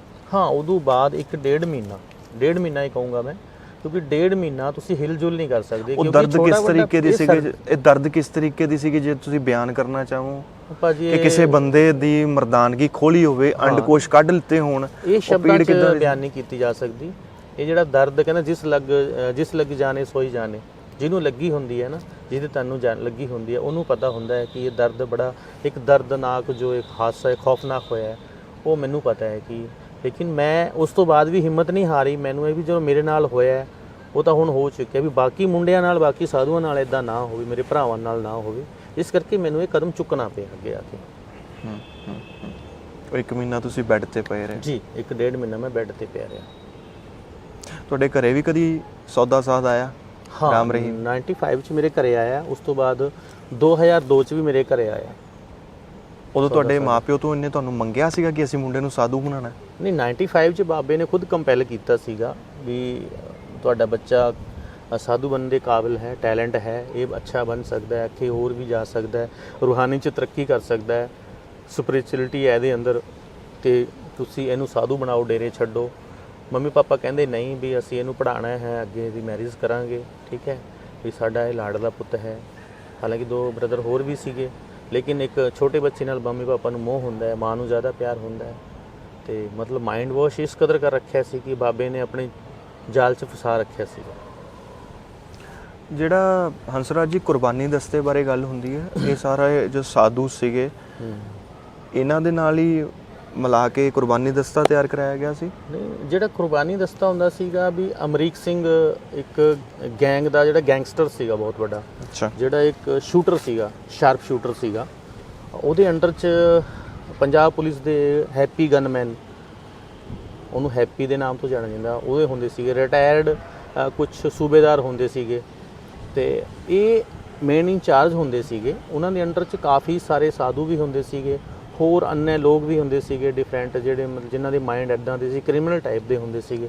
ਜਿਵੇਂ ਆਪਾਂ ਲਾਈਕ ਆਪਾਂ ਗੱਲ ਕਰੀਏ ਨਿਰਮਲ ਦੀ, ਜਿਹਨੇ ਰਾਮਚੰਦਰ ਛਤਰਪਤੀ ਨੂੰ ਮਾਰਿਆ ਹੈ ਨਾ, ਕੁਲਦੀਪ। ਮਤਲਬ ਕੁਰਬਾਨੀ ਦਸਤੇ ਦੇ ਵਿੱਚ ਸਿਰਫ ਕਾਸਟ੍ਰੇਟਡ ਸਾਧੂ ਨਹੀਂ ਹੁੰਦੇ ਸੀਗੇ ਜਿਨ੍ਹਾਂ ਦੇ ਅੰਡਕੋਸ਼ ਕਢਾ ਲਿੱਤੇ ਸੀਗੇ, ਹੋਰ ਜਿੰਨੇ ਕ੍ਰਿਮੀਨਲ ਬੈਕਗ੍ਰਾਉਂਡ ਦੇ ਸੀਗੇ ਲੋਕ, ਉਹ ਸਾਰੇ ਕੁਰਬਾਨੀ ਦਸਤੇ ਦਾ ਹਿੱਸਾ ਸੀ। ਮੈਂ ਸਿੱਧੇ ਤੌਰ ਤੇ ਕਹਿਣਾ ਚਾਹੁੰਦਾ ਕਿ ਜਿਹੜੀ ਗ੍ਰੀਨੈਸ ਵੈਲਫੇਅਰ ਫੋਰਸ ਬਣਾਈ ਸੀਗੀ, ਇਹਦੇ ਕਿਹੜੀ ਫੋਰਸ ਬਣਾਈ ਸੀ? ਗ੍ਰੀਨੈਸ ਵੈਲਫੇਅਰ ਫੋਰਸ। ਗ੍ਰੀਨੈਸ ਵੈਲਫੇਅਰ, ਹਾਂ, ਉਹ ਇਹਨੇ ਇੱਕ ਹੋਰ ਫੋਰਸ ਬਣਾਈ ਸੀਗੀ SBS, ਉਹ ਸੀਗੀ ਜਿਹੜੀ ਫੋਰਸ ਬਣਾਈ ਸੀ ਸਤ ਬ੍ਰਹਮਚਾਰੀਆਂ ਦੇ ਉੱਪਰ ਬਣਾਈ ਸੀਗੀ। ਉਹ ਜਿਹੜੀ ਫੋਰਸ ਬਣਾਈ ਸੀਗੀ, ਉਹ ਸਾਧੂਆਂ ਨੂੰ ਕੰਟਰੋਲ ਕਰਦੀ ਸੀਗੀ। ਸਾਧੂ ਕਿੱਥੇ ਜਾਂਦੇ ਨੇ, ਜਿਹੜੇ ਸਾਧੂ ਕਿਤੇ ਜੂਸ ਪੀਣ ਵੀ ਵਗ ਜਾਂਦੇ, ਉਹਨੂੰ ਸੁੱਟ ਕੇ ਲੰਬਾ ਪਾ ਕੇ ਕੁੱਟਣ ਲੱਗ ਜਾਂਦੇ ਸੀਗੇ। ਉਹ ਫੋਰਸ ਬਣਾਈ ਸੀ। ਕੁਝ ਇਹੋ ਜਿਹਾ ਕੁਝ ਹੋਇਆ ਸੀਗਾ ਡੇਰੇ ਦੇ ਵਿੱਚ, ਜਦੋਂ ਇੱਕ ਸਾਧੂ ਨੂੰ, ਕਾਸਟ੍ਰੇਟਡ ਸਾਧੂ ਨੂੰ ਗਲੇ ਦੇ ਵਿੱਚ ਜੁੱਤੀਆਂ ਦਾ ਹਾਰ ਪਵਾ ਕੇ ਉਹਦਾ ਮੂੰਹ ਕਾਲਾ ਕੀਤਾ ਸੀਗਾ। ਹਾਂ, ਉਹਦਾ ਆਪਾਂ ਨਾਮ ਦਾ ਜ਼ਿਕਰ ਨਹੀਂ ਕਰਾਂਗੇ ਕਿਉਂਕਿ ਇਨਸਾਨੀਅਤ ਹਲੇ ਵੀ ਜ਼ਿੰਦਾ ਰੱਖਣੀ ਚਾਹੀਦੀ ਹੈ। ਹਾਂ, ਉਹ ਸਾਧੂ ਨਾ ਇੱਕ ਕਾਰਨ ਇਹ ਵੀ ਸੀਗਾ ਕਿ ਉਸ ਸਾਧੂ ਤੇ ਇਹ ਇਲਜ਼ਾਮ ਲੱਗਿਆ, ਅੱਲਾ ਜਾਣੇ ਇਲਜ਼ਾਮ ਲੱਗਿਆ, ਮੈਨੂੰ ਨਹੀਂ ਪਤਾ, ਲੇਕਿਨ ਉਹਨੂੰ ਜਦੋਂ ਕੁੱਟਿਆ ਰਾਤ ਨੂੰ, ਸਾਰੇ ਸਾਧੂ ਇਕੱਠੇ ਕਰ ਲਏ, ਪਹਿਲੇ ਮੈਨੇਜਮੈਂਟ ਨੇ ਕੁੱਟਿਆ, ਉਹਦੇ ਵਿਚਾਰੇ ਦੇ ਜੁੱਤੀਆਂ ਦੇ ਉਹਦੇ ਹਾਰ ਪਾਇਆ, ਉਹਨੂੰ ਘੁਮਾਇਆ, ਫਿਰ ਕਹਿੰਦੇ ਵੀ ਸਾਰੇ ਦੇ 2-2 ਛਿੱਤਰ ਮਾਰੋ, ਠੀਕ ਹੈ। ਤੇ ਉਸ ਤੋਂ ਬਾਅਦ ਬਹੁਤਾ ਲੋਕਾਂ ਨੇ ਮਾਰੇ, ਬਹੁਤਾਂ ਨੇ ਨਹੀਂ ਵੀ ਮਾਰੇ। ਉਸ ਤੋਂ ਬਾਅਦ ਡਰ ਪੈਦਾ ਕਰ ਦਿੱਤਾ ਗਿਆ। ਤੁਸੀਂ ਉੱਥੇ ਮੌਕੇ ਤੇ ਸੀ? ਹਾਂ, ਮੈਂ ਮੌਕੇ ਤੇ ਸੀਗੇ। ਇਹ ਡਰ ਪੈਦਾ ਕਰ ਦਿੱਤਾ ਵੀ ਜਾਂ ਤਾਂ ਤੁਸੀਂ ਹੁਣ ਆਪਦੇ ਘਰੇ ਚਲੇ ਜਾਓ, ਠੀਕ ਹੈ, ਨਹੀਂ ਤੁਹਾਨੂੰ ਇਹ ਕੰਮ ਕਰਵਾਉਣਾ ਪਊਗਾ ਕਾਸਟੇਸ਼ਨ ਵਾਲਾ। ਜੇ ਤੁਸੀਂ ਨਹੀਂ ਕਰਵਾਉਂਦੇ, ਉਸ ਤੋਂ ਬਾਅਦ ਬਾਬੇ ਨੇ ਮੀਟਿੰਗ ਲਿੱਤੀ ਸੀ 500 ਸਾਧੂਆਂ ਨੂੰ ਬੁਲਾ ਕੇ, ਵੀ ਤੁਹਾਨੂੰ ਮਤਲਬ ਖੱਸੀ ਕਰਕੇ ਛੱਡਾਂਗੇ, ਤੁਹਾਨੂੰ ਮੁਸਤਕ ਕਰਕੇ ਛੱਡਾਂਗੇ, ਸਾਡੀ ਡਾਕਟਰ ਨਾਲ ਗੱਲਬਾਤ ਚੱਲ ਰਹੀ ਹੈ। ਤੇ ਐਦਾਂ ਦਾ 1-2 ਹਾਦਸੇ ਹੋ ਵੀ ਜਾਂਦੇ ਸੀ। ਉਹਦਾ ਬਾਬਾ ਜਾਣ ਕੇ ਪ੍ਰੈਸ਼ਰ ਕਰਦਾ ਸੀਗਾ, ਮਤਲਬ ਬਾਬਾ ਕਹਾਣੀਆਂ ਵੀ ਬਣਾ ਲੈਂਦਾ ਸੀਗਾ। ਪਰਸਨਲੀ ਮੈਂ ਉਸ ਮੁੰਡੇ ਨੂੰ ਵੀ ਮਿਲਿਆ, ਬਾਅਦ 'ਚ ਉਹਦੇ ਘਰੇ ਜਾ ਕੇ ਵੀ ਮਿਲਿਆ। ਉਹ ਕਹਿੰਦੇ ਇੱਦਾਂ ਦੀ ਕੋਈ ਗੱਲ ਹੀ ਹੈ ਨਹੀਂ ਸੀਗੀ, ਸਿਰਫ ਉਹ ਪ੍ਰੈਸ਼ਰ ਬਣਾਉਣ ਵਾਸਤੇ, ਤਾਂ ਕਿ ਇਹ ਸਾਰੇ ਡਰ ਜਾਣ ਤੇ ਕਾਸਟੇਸ਼ਨ ਕਰਾ ਲੈਣ ਤੇ ਕਿਤੇ ਜਾਣ ਨਾ, ਮੇਰੇ ਕੋਲ ਹੀ ਰਹਿਣ। ਮੇਰੇ ਕੋਲ ਰਹਿਣ ਦਾ ਮਤਲਬ ਇਹ ਸੀਗਾ ਕਿ ਬਹੁਤ ਸਾਰੀਆਂ ਜਿਹੜੀ ਜ਼ਮੀਨਾਂ ਸੀ ਉਸ ਏਰੀਏ ਦੀਆਂ, ਜਿਵੇਂ ਆਪਾਂ 10,000 ਏਕੜ ਜ਼ਮੀਨ ਹੈ ਜਾਂ 8,000 ਏਕੜ ਜ਼ਮੀਨ, ਉਹ ਸਾਰੇ ਸਾਧੂਆਂ ਦੇ ਨਾਮ ਸੀਗਾ। ਜਿਹੜੇ ਬਾਬੂ ਇੰਦਰ ਸੈਨ ਸੀ, ਡੇਰਾ ਮੈਨੇਜਰ ਸੀ, ਜਿਹੜੇ ਮੇਨ ਹੈੱਡ ਪ੍ਰਬੰਧਕ ਸੀਗੇ, ਅੱਜ ਉਹ ਇਸ ਦੁਨੀਆ 'ਚ ਨਹੀਂ ਰਹੇ। ਉਹ ਅੰਬਾਲਾ ਜਿਹੜੇ ਜੇਲ੍ਹ 'ਚ ਰਹਿ ਕੇ ਆਏ ਨੇ, ਉਹਨਾਂ ਦੀ ਡੈਥ ਹੋ ਚੁੱਕੀ ਹੈ ਇਸ ਟਾਈਮ। ਤੇ ਉਹ ਇੰਦਰਾ ਵਿਕਾਸ ਪੱਤਰ ਸੀ, ਉਹ ਬਹੁਤ ਸਾਧੂਆਂ ਦੇ ਨਾਮ ਸੀਗੀ, ਬਹੁਤ ਸਾਰੀ ਪ੍ਰਾਪਰਟੀ ਉਹਨਾਂ ਦੇ ਨਾਮ ਸੀਗੀ। ਜਿਹੜੇ ਸਾਧੂ ਕੈਸੇਟਡ ਹੁੰਦੇ ਸੀਗੇ, ਬਾਬੇ ਨੂੰ ਉਹਨਾਂ ਦੇ ਉੱਪਰ ਵਿਸ਼ਵਾਸ ਹੋ ਜਾਂਦਾ ਸੀਗਾ ਵੀ ਇਹ ਹੁਣ ਡੇਰਾ ਛੱਡ ਕੇ ਮੈਨੂੰ ਛੱਡ ਕੇ ਨਹੀਂ ਜਾਂਦੇ। ਕਈਆਂ ਨੇ ਆਪਣੀ ਮਰਜ਼ੀ ਨਾਲ ਵੀ ਕਾਸਟ੍ਰੇਸ਼ਨ ਕਰਵਾਈ? ਨਹੀਂ, ਮਰਜ਼ੀ ਨਾਲ ਨਹੀਂ ਕਰਵਾਇਆ, ਸਿਰਫ ਬ੍ਰੇਨ ਵਾਸ਼ ਕਰਕੇ ਕਰਵਾਇਆ ਗਿਆ ਸਾਰਿਆਂ ਦਾ। ਉਹਨਾਂ ਨੂੰ ਬਕਾਇਦਾ ਤਿਆਰ ਕੀਤਾ ਗਿਆ, ਉਹਨਾਂ ਨੂੰ ਸਬਜ਼ ਬਾਗ ਦਿਖਾਏ ਗਏ, ਉਹਨਾਂ ਨੂੰ ਦੱਸਿਆ ਗਿਆ। ਤੁਹਾਨੂੰ ਤੁਹਾਡੀ ਕਾਸਟ੍ਰੇਸ਼ਨ ਹੋ ਗਈ, 1 ਮਹੀਨਾ ਤੁਸੀਂ ਬੈੱਡ ਤੇ ਪਏ ਰਹੇ, ਉਸ ਤੋਂ ਬਾਅਦ ਫਿਰ ਤੁਹਾਡੀ ਬਾਡੀ ਦੇ ਵਿੱਚ ਚੇਂਜਸ ਆਈਆਂ। ਤੁਸੀਂ ਸਟੇਟਮੈਂਟ ਦੇ ਵਿੱਚ ਲਿਖਿਆ ਕਿ ਬਾਡੀ ਦੇ ਵਿੱਚ ਚੇਂਜਸ ਆਏ, ਹਾਰਮੋਨਲ ਚੇਂਜਸ ਆਏ, ਬ੍ਰੈਸਟ ਵਧੀ, ਸਰੀਰ ਤੇ ਵਾਲ ਨਹੀਂ ਆਏ, ਹੱਥਾਂ ਤੇ ਵਾਲ ਚਲੇ ਗਏ। ਉਹ ਜੋ ਹਾਰਮੋਨਲ ਚੇਂਜਸ ਹੋਣੇ ਸੀਗੇ, ਇਹ ਸੱਚਾਈ। ਹਾਂ, ਅਗਰ ਤੁਸੀਂ ਇੱਕ ਬਹੁਤ ਅੱਛੇ ਡਾਕਟਰ ਨਾਲ ਕਰੋਗੇ ਕਿ ਜਦੋਂ ਐਦਾਂ ਦਾ ਕੋਈ ਕਾਸਟ੍ਰੇਸ਼ਨ ਹੋ ਜਾਂਦਾ ਹੈ, ਜਦੋਂ ਟੈਸਟੀਕਲ ਰਿਮੂਵ ਹੋ ਜਾਂਦੀ ਹੈ, ਆਬਵੀਅਸਲੀ ਜਿਹੜਾ ਟੈਸਟੋਸਟਰੋਨ ਹੈਗਾ, ਟੈਸਟੋਸਟਰੋਨ ਹੈ, ਅਗਰ ਤੁਸੀਂ ਕਿਸੇ ਡਾਕਟਰ ਨਾਲ ਵੀ ਗੱਲ ਕਰੋਗੇ ਤਾਂ ਬਾਡੀ ਡਿਸਬੈਲੈਂਸ ਹੋਊਗੀ, ਹਾਰਮੋਨਸ ਡਿਸਬੈਲੈਂਸ ਹੋਣਗੇ। ਔਰ ਤੁਸੀਂ ਇਸ ਚੀਜ਼ ਨੂੰ ਲੈ ਕੇ ਸੌਦੇਸਾਜ਼ ਰਾਮ ਰਹੀਮ, ਤੁਸੀਂ ਕਦੀ ਕੋਸ਼ਿਸ਼ ਕੀਤੀ ਕਿ ਯਾਰ ਇਹ ਜੋ ਮੇਰੇ ਨਾਲ ਵਾਪਰਦਾ ਪਿਆ, ਮੇਰੇ ਅੰਦਰ ਮੈਡੀਕਲ ਚੇਂਜਸ ਆ ਰਹੇ? ਬਹੁਤ ਸਾਰੇ ਸਾਧੂ ਗਏ, ਮੈਂ ਇਕੱਲਾ ਨਹੀਂ ਗਿਆ, ਬਹੁਤ ਸਾਰੇ ਸਾਧੂ ਗਏ ਉੱਥੇ ਅੰਦਰ। ਬਾਬੇ ਨੂੰ ਇੱਕ ਅਰਚ ਸ਼ਬਦ ਹੁੰਦਾ ਸੀਗਾ, ਅਰਚ ਕਰਦੇ ਸੀ, ਰਿਕੁਐਸਟ ਕਰਦੇ ਕਿ ਸਾਡੇ ਸਰੀਰ ਖਰਾਬ ਹੋ ਰਹੇ ਨੇ, ਸਾਡੀ ਜਿਹੜੀ ਸੋਚਣ ਸਮਝਣ ਦੀ ਸ਼ਕਤੀ ਹੈ ਉਹ ਸਾਨੂੰ, ਮਤਲਬ ਠੰਡ 'ਚ ਠੰਡ ਜ਼ਿਆਦਾ ਲੱਗਦੀ ਹੈ, ਗਰਮੀ 'ਚ ਗਰਮੀ ਜ਼ਿਆਦਾ ਲੱਗਦੀ ਹੈ, ਮਤਲਬ ਬਾਡੀ ਡਿਸਬੈਲੈਂਸ ਹੋ ਚੁੱਕੀ ਹੈ, ਠੀਕ ਹੈ। ਤੇ ਮੌਸਮ ਦਾ ਬਹੁਤ ਇਫੈਕਟ ਪੈਂਦਾ ਸਾਡੇ ਉੱਪਰ, ਜਿਵੇਂ ਬਾਲ ਨੇ ਉੱਡ ਰਹੇ ਨੇ ਸਰੀਰ ਦੇ, ਬ੍ਰੈਸਟ ਵਧਣੀਆਂ ਸ਼ੁਰੂ ਹੋ ਰਹੀਆਂ, ਠੀਕ ਹੈ। ਉਸ ਤੋਂ ਬਾਅਦ ਕਾਫੀ ਹੋਰ ਯੂਰੀਨਲ 'ਚ ਪ੍ਰੋਬਲਮ ਹੋ ਰਹੀ ਹੈ, ਮਤਲਬ ਉਹਨੇ ਕੋਈ ਸੁਣਵਾਈ ਨਹੀਂ ਕੀਤੀ। ਬਹੁਤ ਸੇ ਸਾਧੂਆਂ ਦੇ ਜਿਹੜੇ ਆਪਰੇਸ਼ਨ ਸੀਗੇ ਉਹ ਖਰਾਬ ਹੋ ਚੁੱਕੇ ਸੀ, ਕਈਆਂ ਦੇ 2-2 ਵਾਰੀ ਆਪਰੇਸ਼ਨ ਹੋਏ ਨੇ। ਉਹ ਵਿਚਾਰੇ ਚੀਕਦੇ ਸੀ ਬੈੱਡਾਂ ਤੇ, ਤੜਫ ਰਹੇ ਸੀਗੇ, ਕੋਈ ਸੁਣ ਨਹੀਂ ਰਿਹਾ ਸੀਗਾ ਉਹਨਾਂ ਨੂੰ। ਉਹਨਾਂ ਨੂੰ ਇੰਜੈਕਸ਼ਨ ਦੇ ਦਿੰਦੇ ਸੀ, ਉਸ ਤੋਂ ਬਾਅਦ ਫਿਰ ਦਰਦ ਸ਼ੁਰੂ ਹੋ ਜਾਂਦਾ ਸੀਗਾ। ਆਪਰੇਸ਼ਨ ਖਰਾਬ ਵੀ ਹੋਏ ਨੇ, ਜਿਹੜੇ ਬਾਬੇ ਦੇ ਜਿਹੜੇ ਫਰੈਂਡ ਸੀਗੇ ਉਹਨਾਂ ਚੋਂ 2 ਦੇ ਆਪਰੇਸ਼ਨ ਖਰਾਬ ਹੋਏ ਨੇ, ਇੱਕ ਹੋਰ ਸਾਧੂ ਸੀਗੇ ਉਹਨਾਂ ਦੇ। ਜਦੋਂ ਤੁਸੀਂ ਇਹ ਸ਼ਬਦ ਵਰਤਦੇ ਹੋ ਆਪਰੇਸ਼ਨ ਖਰਾਬ ਹੋਏ ਉਹਨਾਂ ਦੇ ਕਾਸਟ੍ਰੇਸ਼ਨ ਦੇ, ਤੇ ਕਿਸ ਲੈਵਲ ਤੱਕ ਮੰਨਿਆ ਜਾਵੇ ਕਿ ਕੀ ਹੋ ਗਿਆ ਸੀ ਉਹਨਾਂ ਨਾਲ ਇਹੋ ਜਿਹਾ? ਖਰਾਬ ਮੀਨਸ ਵੀ ਆਪਰੇਸ਼ਨ ਸਕਸੈਸਫੁਲ ਨਹੀਂ ਹੋਇਆ। ਜਿਵੇਂ ਬਾਈ ਸਰਜਰੀ ਆਪਰੇਸ਼ਨ ਕਰਦੇ ਸੀਗੇ, ਉਹਦੇ ਵਿੱਚ ਵੀ ਇਹਨਾਂ ਨੇ ਡਾਕਟਰਾਂ ਨੇ ਕੰਮ ਬਹੁਤ ਖਰਾਬ ਕੀਤਾ, ਜਾਣਬੁੱਝ ਕੇ ਕੀਤਾ ਡਾਕਟਰਾਂ ਨੇ, ਬਾਬੇ ਤੇ ਕਹਿਣ ਤੇ ਕੀਤਾ। ਆਈ ਡੋਂਟ ਨੋ ਕੀ ਹੋਇਆ ਉਦੋਂ ਬਾਅਦ, ਲੇਕਿਨ ਉਹ ਬੜੇ ਚੀਕਦੇ ਸੀਗੇ, ਮਤਲਬ ਉਹ ਜੋ ਭੱਜਦੇ ਸੀ ਉਹਨਾਂ ਨੂੰ ਬੰਨ ਕੇ ਕੁੱਟਦੇ ਸੀਗੇ ਬਾਅਦ 'ਚ। ਇਦਾਂ ਦੀ ਸਥਿਤੀ ਵੀ ਆਈ ਹੈ। ਮੈਂ ਜਦੋਂ ਤੁਹਾਡੀ ਸਟੇਟਮੈਂਟ ਪੜ੍ਹਦਾ ਹੈਗਾ ਵਾਂ, ਤੁਸੀਂ ਇੱਕ ਤਾਂ ਜ਼ਿਕਰ ਕੀਤਾ ਪੈਪਸੀ ਦੇ ਵਿੱਚ ਤੁਹਾਨੂੰ ਕੁਝ ਖੋਲ ਕੇ ਮਿਲਾਇਆ ਕੇ ਪਿਲਾਇਆ, ਉਸ ਤੋਂ ਬਾਅਦ ਤੁਹਾਡੇ ਇੱਕ ਡਾਕਟਰ ਨੇ ਟੈਸਟੀਕਲਸ ਐਂਡ ਕੋਸ਼ ਤੇ 2 ਡਾਕਟਰ ਸੀਗੇ, 2 ਡਾਕਟਰਸ ਨੇ, ਡਾਕਟਰ ਐਮਪੀ ਸਿੰਘ ਤੇ ਡਾਕਟਰ ਪੰਕਜ ਗਰਗ। ਉੱਥੇ 2 ਤੁਹਾਡੇ ਐਂਡ ਕੋਸ਼ ਟੈਸਟੀਕਲਸ ਦੇ ਉੱਤੇ ਤੁਹਾਡੇ ਇੰਜੈਕਸ਼ਨ ਵੀ ਭਰਿਆ, ਉਹ ਤਾਂ ਉਹਨਾਂ ਤੁਹਾਨੂੰ ਯਾਦ ਹੈ? ਹਾਂ, ਉਸ ਤੋਂ ਬਾਅਦ ਉਹ ਇੰਜੈਕਸ਼ਨ ਲਾ ਦਿੰਦੇ ਨੇ ਸੁਣ ਕਰਕੇ, ਉਸ ਤੋਂ ਬਾਅਦ ਉਹ ਕੱਢਦੇ ਹੁੰਦੇ ਨੇ। ਲੇਕਿਨ ਬੰਦੇ ਨੂੰ ਇਸ ਕਦਰ ਹੋਸ਼ ਹੁੰਦੀ ਹੈ ਕਿ ਮੇਰੇ ਨਾਲ ਗਲਤ ਹੋ ਰਿਹਾ ਹੈ, ਮੇਰੇ ਨਾਲ ਕੁਝ ਨਾ ਕੁਝ ਹਲਚਲ ਹੋ ਰਹੀ ਹੈ, ਲੇਕਿਨ ਤੁਹਾਡਾ ਸਰੀਰ ਇਸ ਸਥਿਤੀ 'ਚ ਪਹੁੰਚ ਜਾਂਦਾ ਹੈ ਕਿ ਤੁਸੀਂ ਚਾਹ ਕੇ ਵੀ ਉਹਨਾਂ ਦਾ ਹੱਥ ਨਹੀਂ ਫੜ ਸਕਦੇ, ਤੁਸੀਂ ਉਹਨਾਂ ਨੂੰ ਕੁਝ ਕਹਿ ਨਹੀਂ ਸਕਦੇ, ਕਿਉਂਕਿ ਤੁਹਾਡੇ ਉੱਪਰ 10 ਬੰਦੇ ਖੜੇ ਆ, ਉਹਨਾਂ ਦੇ ਕੰਪਿਊਟਰ ਖੜੇ ਆ, ਹੈਲਪਰ ਖੜੇ, ਡਾਕਟਰ। ਤੁਹਾਡੇ ਨਾਲ ਕਦੀ ਕੁੱਟਮਾਰ ਹੋਈ? ਕੁੱਟਮਾਰ ਮੇਰੇ ਨਾਲ ਤਾਂ ਖੈਰ ਨਹੀਂ ਹੋਈ, ਲੇਕਿਨ ਮੈਨੂੰ ਥ੍ਰੈਡਿੰਗ ਬਹੁਤ ਆਈਆਂ। ਡੇਰੇ ਦੇ ਵਿੱਚ ਨਹੀਂ ਹੋਇਆ, ਲੇਕਿਨ ਬਾਅਦ 'ਚ ਜਦੋਂ ਮੈਂ ਕੇਸ ਫਾਈਲ ਕੀਤਾ, ਮਾਨਯ ਹਾਈ ਕੋਰਟ 'ਚ ਪਹੁੰਚਿਆ, ਉਸ ਤੋਂ ਬਾਅਦ ਮਤਲਬ ਇਹਨਾਂ ਨੇ ਮੇਰਾ ਜੀਣਾ ਹਰਾਮ ਕਰਤਾ। ਫਾਈਨੈਂਸ਼ੀਅਲੀ ਪ੍ਰੋਬਲਮ, ਮਤਲਬ ਕਿਤੇ ਵੀ ਮੈਂ ਜਾਵਾਂ ਹੁੱਕਾ ਪਾਣੀ ਬੰਦ ਕਰ ਦਿਓ, ਇਹਨਾਂ ਦੀ ਫੈਮਿਲੀ ਨਾਲ ਕੋਈ ਰਿਲੇਸ਼ਨ ਨਾ ਰੱਖੋ। ਮੇਰੇ ਮੰਮੀ ਪਾਪਾ ਬੜੇ ਸਦਮੇ 'ਚ ਰਹੇ, ਕਾਫੀ ਟਾਈਮ ਤੱਕ ਰਹੇ। 2015 'ਚ ਨਹੀਂ, 2016 'ਚ ਮੇਰੇ ਮੰਮੀ ਪਾਪਾ, 2016 ਦੇ ਵਿੱਚ ਤੁਹਾਡੇ ਮਦਰ ਫਾਦਰ ਦਾ ਦੇਹਾਂਤ ਹੋ ਗਿਆ। ਹਾਂਜੀ, ਉਹਨਾਂ ਐਕਸਪਾਇਰ ਹੋ ਗਏ ਸੀਗੇ। ਤੋ ਮੇਰੇ ਜਦੋਂ ਮੈਨੂੰ ਜਿੱਥੋਂ ਤੱਕ ਯਾਦ ਮੈਨੂੰ ਪਤਾ ਹੈਗਾ ਕਿ ਤੁਹਾਡੇ ਮਾਤਾ ਪਿਤਾ ਜੀ ਇਸ ਚੀਜ਼ ਨੂੰ ਲੈ ਕੇ ਉਹਨਾਂ ਦੀ ਰਜ਼ਾਮੰਦੀ ਨਹੀਂ ਸੀਗੀ ਕਿ ਸਾਡਾ ਮੁੰਡਾ ਸਾਧੂ ਬਣੇ ਜਾਂ ਡੇਰੇ 'ਚ ਜਾ ਕੇ ਸੇਵਾ ਕਰੇ। ਉਹਨਾਂ ਨੂੰ ਮੈਂ ਕਿ ਕੋਈ ਵੀ ਪੇਰੈਂਟਸ ਦੀ ਰਜ਼ਾਮੰਦੀ ਨਹੀਂ ਸੀਗਾ, ਕੋਈ ਵੀ ਪੇਰੈਂਟਸ। ਮੇਰੀ ਬਹੁਤ ਸਾਰੀਆਂ ਐਸੀਆਂ ਮਾਤਾਵਾਂ ਨਾਲ, ਮਤਲਬ ਡੇਰੇ ਦੇ ਸਮਰਥਕ ਹੋਣ ਦੇ ਬਾਵਜੂਦ ਵੀ ਉਹਨਾਂ ਦਾ ਇਹ ਸੀਗਾ ਕਿ ਨਹੀਂ ਯਾਰ ਇਹ ਨਹੀਂ ਹੋਣਾ ਚਾਹੀਦਾ। ਮੈਂ ਅੱਜ ਵੀ ਉਹਨਾਂ ਮਾਤਾਵਾਂ ਨੂੰ ਮਿਲਦੇ ਆ, ਬੜੀਆਂ ਰੋਂਦੀਆਂ। ਇਹ ਕਿਹੜੀਆਂ ਮਾਤਾਵਾਂ ਜਿਨ੍ਹਾਂ ਦੇ ਬੱਚਿਆਂ ਦੇ ਬੱਚੇ ਕੈਸਟੇਟਡ ਹੋਏ ਨੇ? ਅੱਜ ਕਈ ਮਾਤਾਵਾਂ ਦੇ, ਕਈ ਪੇਰੈਂਟਸ ਦੇ ਜਿਹੜੇ ਬੱਚੇ 3 ਵੀ ਹੋਏ ਨੇ ਕੈਸਟੇਟਡ।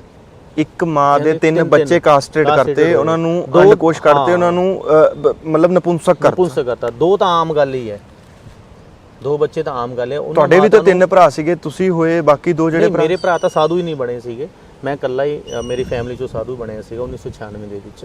ਮਤਲਬ ਉਹ ਮਾਤਾ ਨੂੰ ਜਦੋਂ ਮੈਂ ਮਿਲਿਆ ਤਾਂ ਉਹਨਾਂ ਦਾ ਰੋ ਕੇ ਬੁਰਾ ਹਾਲ, ਮਤਲਬ ਮੇਰੀ ਆ ਸ਼ਰਟ ਇੱਥੋਂ ਤੱਕ ਭਿੱਜ ਜਾਂਦੀ ਹੈ ਜਦੋਂ ਇੰਨਾ ਰੋਂਦੀਆਂ।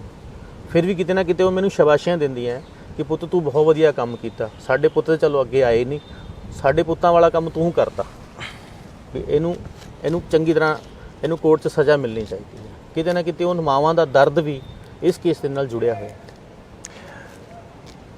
ਜਿਵੇਂ ਤੁਸੀਂ ਕਹਿੰਦੇ ਹੋ ਕਿ ਇਹ ਜਿਹੜੇ ਕਾਸਟ੍ਰੇਟਡ ਸਾਧੂ ਸੀਗੇ, ਇਹਨਾਂ ਨੂੰ ਜ਼ਿਆਦਾਤਰ ਤਿਆਰ ਇਸ ਕਰਕੇ ਕੀਤਾ ਜਾਂਦਾ ਸੀਗਾ ਕਿ ਹਰਮ ਦੀ ਰਖਵਾਲੀ ਕਰ ਸਕਣ, ਸਿਕਿਉਰਿਟੀ ਦੇ ਤੌਰ ਤੇ ਰਹਿਣ ਉੱਥੇ, ਔਰ ਜੋ ਉਹਦੀ ਕਲੋਜ਼ ਫੈਮਿਲੀ ਹੈਗੀ ਰਾਮ ਰਹੀਮ ਦੀ, ਉਹਦੀ ਸੁਰੱਖਿਆ 'ਚ ਰਹਿਣ। ਤੁਸੀਂ ਵੀ ਰਹੇ ਨਜ਼ਦੀਕ, ਗੁਫਾ ਦੇ ਨਜ਼ਦੀਕ ਰਹੇ ਤੁਸੀਂ? ਮੈਂ ਗੁਫਾ ਦੇ ਨਜ਼ਦੀਕ ਰਿਹਾ। ਇਹ ਗੁਫਾ ਕੀ, ਪਹਿਲੇ ਇਹ ਦੱਸੋ। ਗੁਫਾ ਇੱਕ ਸਿੰਪਲ ਇੱਕ ਮਕਾਨ ਕਹਿ ਲਓ, ਇੱਕ ਗੋਲ ਟਾਈਪ ਦਾ ਮਕਾਨ ਹੁੰਦਾ ਸੀਗਾ, ਜਿਵੇਂ ਗੁੰਮਜ਼ ਬਣੇ ਹੁੰਦੇ ਨੇ ਹਨਾ, ਤੇ ਇੱਕ ਅੰਡਰਗਰਾਉਂਡ ਕਮਰਾ ਹੁੰਦਾ ਸੀਗਾ, ਇੱਕ ਵਿਚਾਲੇ ਹੁੰਦਾ ਸੀ, ਉੱਪਰ ਹੁੰਦੇ 3 ਕਮਰੇ ਹੁੰਦੇ ਸੀ, ਲੇਕਿਨ ਉਹ ਗੋਲ ਟਾਈਪ 'ਚ ਹੁੰਦੇ ਸੀਗੇ। ਰਸਤੇ ਜਿਹੜੇ ਹੁੰਦੇ ਸੀ ਆਮ ਬੰਦਾ ਨਹੀਂ ਜਾ ਸਕਦਾ ਸੀਗਾ, ਜਿਹਨੂੰ ਪਤਾ ਹੈ ਡੇਲੀ ਉਹ ਉਹਦੇ ਵਿੱਚ ਇੰਟਰ ਹੋ ਸਕਦਾ ਸੀਗਾ। ਤੁਹਾਨੂੰ ਪਤਾ ਸੀ ਸਾਰੇ ਰਸਤੇ? ਹਾਂ ਪਤਾ ਸੀ, ਨਾਰਮਲ ਜੋ ਬਾਬੇ ਦਾ। ਤੁਸੀਂ ਗੁਫਾ ਦੇ ਨਜ਼ਦੀਕ ਰਹਿੰਦੇ ਸੀ? ਹਾਂ, ਗੁਫਾ ਦੇ ਅੰਦਰ ਵੀ ਚਲੇ ਜਾਂਦੇ ਸੀਗੇ। ਤੁਹਾਡੇ ਹੱਥ 'ਚ ਕੋਈ ਵੈਪਨ ਵੀ ਦਿੱਤੇ ਹੋਏ ਸੀ ਇਹਨਾਂ ਨੇ? ਨਾ ਮੈਨੂੰ ਬਹੁਤ ਵਾਰੀ ਇਹਨਾਂ ਨੇ ਕਿਹਾ ਕਿ ਤੂੰ ਗਿਟਾਰ ਛੱਡ ਦੇ, ਮੈਂਡੋਲਿਨ, ਮੈਂ ਇੱਕ ਮਿਊਜ਼ੀਸ਼ੀਅਨ ਵੀ ਹਾਂ, ਮੈਂ ਗਿਟਾਰਿਸਟ ਵੀ ਹਾਂ, ਵੀ ਇਹਨੂੰ ਤੂੰ ਛੱਡ ਦੇ ਤੇ ਆਹ ਫੜ ਲੈ ਸਿਕਿਉਰਿਟੀ 'ਚ। ਮੈਂ ਕਿਹਾ ਵੀ ਮੈਨੂੰ ਤਾਂ ਚੰਗਾ ਗਿਟਾਰ ਵਜਾ ਸਕਦਾ, ਮੈਂ ਇੱਕ ਸਿੰਗਰ ਹਾਂ, ਵੀ ਮੈਂ ਨਹੀਂ ਫੜਦਾ ਇਹ। ਕੀ ਫੜਾ ਰਹੇ ਸੀਗੇ? ਵੈਪਨ ਤੁਸੀਂ ਜਿਹੜਾ ਜ਼ਿਕਰ ਕਰ ਰਹੇ ਸੀ, ਹਥਿਆਰ ਦੇ ਰਹੇ ਸੀਗੇ। ਬਹੁਤ ਸਾਧੂ ਨੇ ਫੜਾਏ ਸੀਗੇ, ਬਹੁਤ ਸਾਰੇ ਸਾਧੂਆਂ ਨੂੰ, ਉਹਨਾਂ ਦੇ ਨਾਮ ਹੀ ਉਹ ਹਥਿਆਰ ਨਾਮ ਕਰਵਾ ਕੇ ਜਦੋਂ ਫਸਣਗੇ ਇਹੀ ਫਸਣਗੇ। ਜੀਵਨ ਗੋਲਡ ਨਿਰਮਲ ਨੂੰ ਪਹਿਲਾਂ ਇਹਨਾਂ ਨੇ ਟ੍ਰੇਨਿੰਗ ਦਿੱਤੀ ਗਈ, ਟ੍ਰੇਨਿੰਗ ਤੋਂ ਬਾਅਦ ਉਹਨਾਂ ਨੂੰ ਰਾਮਚੰਦਰ ਛਤਰਪਤੀ ਨੂੰ ਮਰਵਾਇਆ ਗਿਆ। ਇਹ ਸਾਰੀ ਪਲਾਨਿੰਗ ਨਾਲ ਹੋਏ ਨੇ ਕੰਮ। ਤੁਹਾਡੀ ਸਟੇਟਮੈਂਟਸ ਦੇ ਵਿੱਚ ਹੰਸਰਾਜ ਜੀ ਤੁਸੀਂ ਇਹ ਕਿਹਾ ਕਿ ਜਦੋਂ ਮੈਂ ਗੁਫਾ ਦੇ ਨਜ਼ਦੀਕ ਹੁੰਦਾ ਸੀਗਾ ਤੇ ਮੈਂ ਦੇਖਦਾ ਸੀਗਾ ਕੁਝ ਔਰਤਾਂ ਜਾ ਰਹੀਆਂ ਆ ਰਹੀਆਂ ਬਾਬੇ ਦੇ ਕੋਲੋਂ। ਉਹ ਫੈਕਚੁਅਲੀ ਕਰੈਕਟ ਹੈ ਜਾਂ ਤੁਹਾਡੀ ਓਪੀਨੀਅਨ ਹੈ? ਨਹੀਂ, ਮੇਰੀ ਓਪੀਨੀਅਨ ਇਹ ਕਹਿੰਦੀ ਹੈ, ਕਰੈਕਟ ਵੀ ਹੈ, ਕਿ ਅਸੀਂ ਜਦੋਂ ਪੈਰੇ ਤੇ ਹੁੰਦੇ ਸੀਗੇ ਉਦੋਂ ਸ਼ਾਮ ਦੇ ਟਾਈਮ ਬਹੁਤ ਸਾਰੀਆਂ ਲੜਕੀਆਂ ਜਾਂਦੀਆਂ ਸੀਗੀਆਂ ਤੇ ਬਹੁਤ ਸਾਰੀਆਂ ਲੜਕੀਆਂ ਆਉਂਦੀਆਂ ਵੀ ਸੀਗੀਆਂ। ਕੁਝ ਲੜਕੀਆਂ ਬਹੁਤ ਕਮ ਟਾਈਮ 'ਚ ਆਉਂਦੀਆਂ ਸੀਗੀਆਂ, ਕੁਝ ਲੜਕੀਆਂ ਕਾਫੀ ਟਾਈਮ ਬਾਅਦ ਆਉਂਦੀਆਂ ਸੀ। ਇਸ ਤੋਂ ਇਲਾਵਾ ਜਿਹੜੇ ਅਸੀਂ ਸਾਧੂ ਹੁੰਦੇ ਸੀਗੇ, ਮੁੰਡੇ ਹੁੰਦੇ ਸੀਗੇ, ਮਤਲਬ ਸਾਡੀ ਪਾਰਟੀ ਜਿਹੜੀ ਹੁੰਦੀ ਸੀਗੀ, ਕੋਈ ਵੀ ਬਾਹਰੋਂ ਸੰਗਤ ਦੇ ਵਿੱਚੋਂ ਆ ਕੇ ਕਿਸੇ ਦੇ ਘਰ ਮੁੰਡਾ ਹੋਇਆ ਤੇ ਸਾਧੂ ਨੇ ਇੱਕ ਨਾਰਮਲ ਪਾਰਟੀ ਕਰ ਦਿੰਦੇ ਸੀਗੇ, ਅਸੀਂ ਕੁਝ ਖਾਣ ਪੀਣ ਦੀ ਪਾਰਟੀ ਕਰਨੀ ਹੈ ਤੇ ਉਹ ਆਪਣੇ ਉਹ ਪੈਸੇ ਜਮ੍ਹਾਂ ਕਰਵਾ ਦਿੰਦੇ ਸੀ। ਪਾਰਟੀ ਦੇ ਵਿੱਚ ਖਾਣ ਪੀਣ ਦਾ ਸਮਾਨ ਹੁੰਦਾ ਸੀ। ਸਾਧੂਆਂ ਦੀ ਪਾਰਟੀ ਅਲੱਗ ਹੋ ਜਾਂਦੀ ਸੀਗੀ। ਜਿਹੜੀ ਸਾਧੀਆਂ ਦੀ ਪਾਰਟੀ ਹੁੰਦੀ ਸੀ ਉਹ ਕਈ ਵਾਰੀ ਤੇ 2-2 3-3 ਵਜੇ ਤੱਕ ਚੱਲਦੀ ਸੀਗੀ। ਉਹਦੇ ਵਿੱਚ ਲੜਕੀਆਂ ਦਾ ਡਾਂਸ ਹੁੰਦਾ ਸੀ, ਰਾਮ ਰੀਮ ਵੀ ਹੁੰਦਾ ਸੀ ਉੱਥੇ। ਹਾਂ, ਰਾਮ ਰੀਮ ਇਕੱਲਾ ਹੀ ਹੁੰਦਾ ਸੀਗਾ। ਸਾਡੀ ਪਾਰਟੀ ਮੁੰਡਿਆਂ ਦੀ ਅਲੱਗ ਕਰਕੇ ਸਾਨੂੰ ਬਾਹਰ ਕੱਢ ਦਿੰਦੇ ਸੀ, ਤੁਸੀਂ ਜਾ ਕੇ ਆਪਣਾ ਆਰਾਮ ਕਰੋ। ਉਸ ਤੋਂ ਬਾਅਦ ਉਹ ਪਾਰਟੀ ਬਹੁਤ ਡੇ ਨਾਈਟ ਤੱਕ ਚੱਲਦੀ ਸੀਗੀ।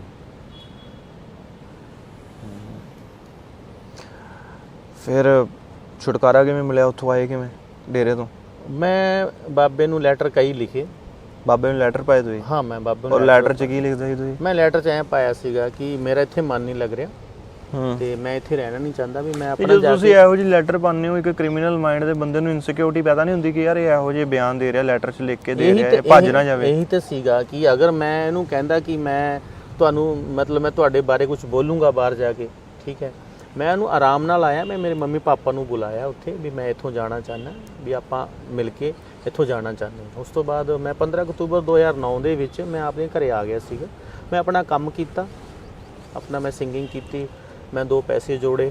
ਉਸ ਤੋਂ ਬਾਅਦ ਮੈਨੂੰ ਐਂ ਲੱਗਾ ਕਿ ਬਹੁਤ ਮੁੰਡਿਆਂ ਨਾਲ ਹੋ ਰਿਹਾ। ਮੈਨੂੰ ਫੋਨ ਕਾਲਸ, ਮੁੰਡਿਆਂ ਨਾਲ ਮੈਂ ਜੁੜਿਆ ਹੋਇਆ ਸੀਗਾ, ਸਾਧੂਆਂ ਨਾਲ ਜੁੜਿਆ ਹੋਇਆ ਸੀਗਾ। ਮੈਨੂੰ ਪਤਾ ਲੱਗਿਆ ਅੱਜ ਫਲਾਣੇ ਸਾਧੂ ਦਾ ਵੀ ਹੋ ਗਿਆ, ਇੱਕ ਯੂਪੀ ਦਾ ਮੁੰਡਾ ਹੈ ਉਹਦੇ ਨਾਲ ਵੀ ਹੋ ਗਿਆ, ਇੱਕ ਫਲਾਣੀ ਥਾਂ ਦਾ ਮੁੰਡਾ ਉਹਦੇ ਨਾਲ ਵੀ ਹੋ ਗਿਆ। ਮਤਲਬ ਬੜਾ ਦਰਦ ਹੁੰਦਾ ਸੀਗਾ ਸੁਣ ਕੇ ਵੀ ਯਾਰ ਐਡਾ ਵੱਡਾ ਆਪਰੇਸ਼ਨ ਹੋ ਰਿਹਾ ਹੈ। ਕੋਈ ਮਾਈਨਰ ਆਪਰੇਸ਼ਨ ਤਾਂ ਸੀ ਨਹੀਂ, ਬਹੁਤ ਮੇਜਰ, ਬਹੁਤ ਵੱਡਾ ਆਪਰੇਸ਼ਨ ਸੀ। ਟੈਸਟੀਕਲ ਰਿਮੂਵ ਹੋਣੇ, ਇੱਕ ਮਤਲਬ ਮਰਦਾਨਗੀ ਖਤਮ ਕਰਨੀ, ਉਹਦਾ ਅਸਤਿਤਵ ਖਤਮ ਕਰਨਾ ਪਵੇਗਾ, ਬਹੁਤ ਵੱਡੀ ਪੱਧਰ ਤੇ ਕੰਮ ਕੱਢ ਲੈਣਾ। ਮਤਲਬ ਮੈਨੂੰ ਐ ਲੱਗਾ ਕਿ ਮੈਨੂੰ ਕੁਛ ਨਾ ਕੁਛ ਕਰਨਾ ਚਾਹੀਦਾ ਇਹਦੇ ਵਾਸਤੇ।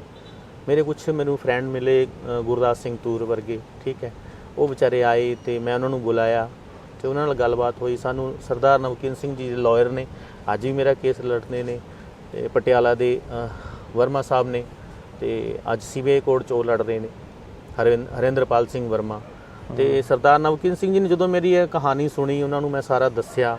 ਉਹਨਾਂ ਨੇ 3-4 ਦਿਨ ਮੇਰੀ ਗੱਲਬਾਤ ਸੁਣਦੇ ਰਹੇ। ਫਿਰ ਉਹਨਾਂ ਨੇ ਕਿਹਾ ਕਿ ਕਾਕਾ ਵੀ ਤੁਹਾਨੂੰ ਫਰੰਟ 'ਚ ਆ ਕੇ ਵੀ ਲੜਨਾ ਪਊਗਾ, ਵੀ ਮੀਡੀਆ ਦੇ ਸਾਹਮਣੇ ਵੀ ਆਉਣਾ ਪਊਗਾ, ਵੀ ਫਿਰ ਇਹ ਲੜਾਈ ਜੰਗ ਜਿੱਤੀ ਜਾ ਸਕਦੀ ਹੈ। ਮੈਂ ਕਿਹਾ ਜੀ ਮੈਂ ਲੜਾਈ ਹੁਣ ਲੜੂੰਗਾ। ਉਸ ਤੋਂ ਬਾਅਦ ਹੋਨੇਬਲ ਕੋਰਟ 'ਚ ਰਿਟ ਦਾਖਲ ਕੀਤੀ ਤੇ ਅੱਗੇ ਦੀ ਜਿੰਨੇ ਐਪੀਸੋਡ ਨੇ, ਜੋ ਕਾਰਵਾਈ ਹੈ, ਤੁਹਾਨੂੰ ਪੂਰੀ ਜਨਤਾ ਨੂੰ, ਪੂਰੇ ਸਭ ਨੂੰ ਪਤਾ ਹੈ।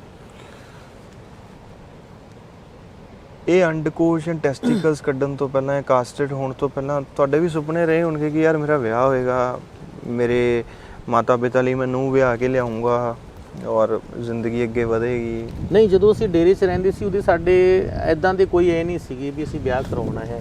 ਅਸੀਂ ਤਾਂ ਇੱਕ ਇਨਸਾਨੀਅਤ ਜਿੰਦਾ ਰੱਖਣ ਵਾਸਤੇ, ਭਗਤੀ ਕਰਨ ਵਾਸਤੇ ਹੀ ਗਏ ਸੀਗੇ। ਅਸੀਂ ਵਿਆਹ ਦਾ ਕੋਈ ਸਾਡਾ ਟਾਰਗੇਟ ਨਹੀਂ ਸੀਗਾ, ਕਿਉਂਕਿ ਵਿਆਹ ਦੀ ਅਗਰ ਗੱਲ ਕਰਾਂ, ਵਿਆਹ ਮਤਲਬ ਮੇਰੇ ਮੰਮੀ ਪਾਪਾ ਬਹੁਤ ਮੈਨੂੰ ਕਹਿੰਦੇ ਸੀਗੇ ਵਿਆਹ ਕਰਾਂਗੇ ਤੇਰਾ, ਕਰਾਂਗੇ, ਤੇ ਉਦੋਂ ਬਾਅਦ ਮੇਰੇ ਮਨ 'ਚ ਨਹੀਂ ਸੀਗਾ ਕਿ ਮੈਂ ਹਲੇ ਵਿਆਹ ਕਰਾਂ।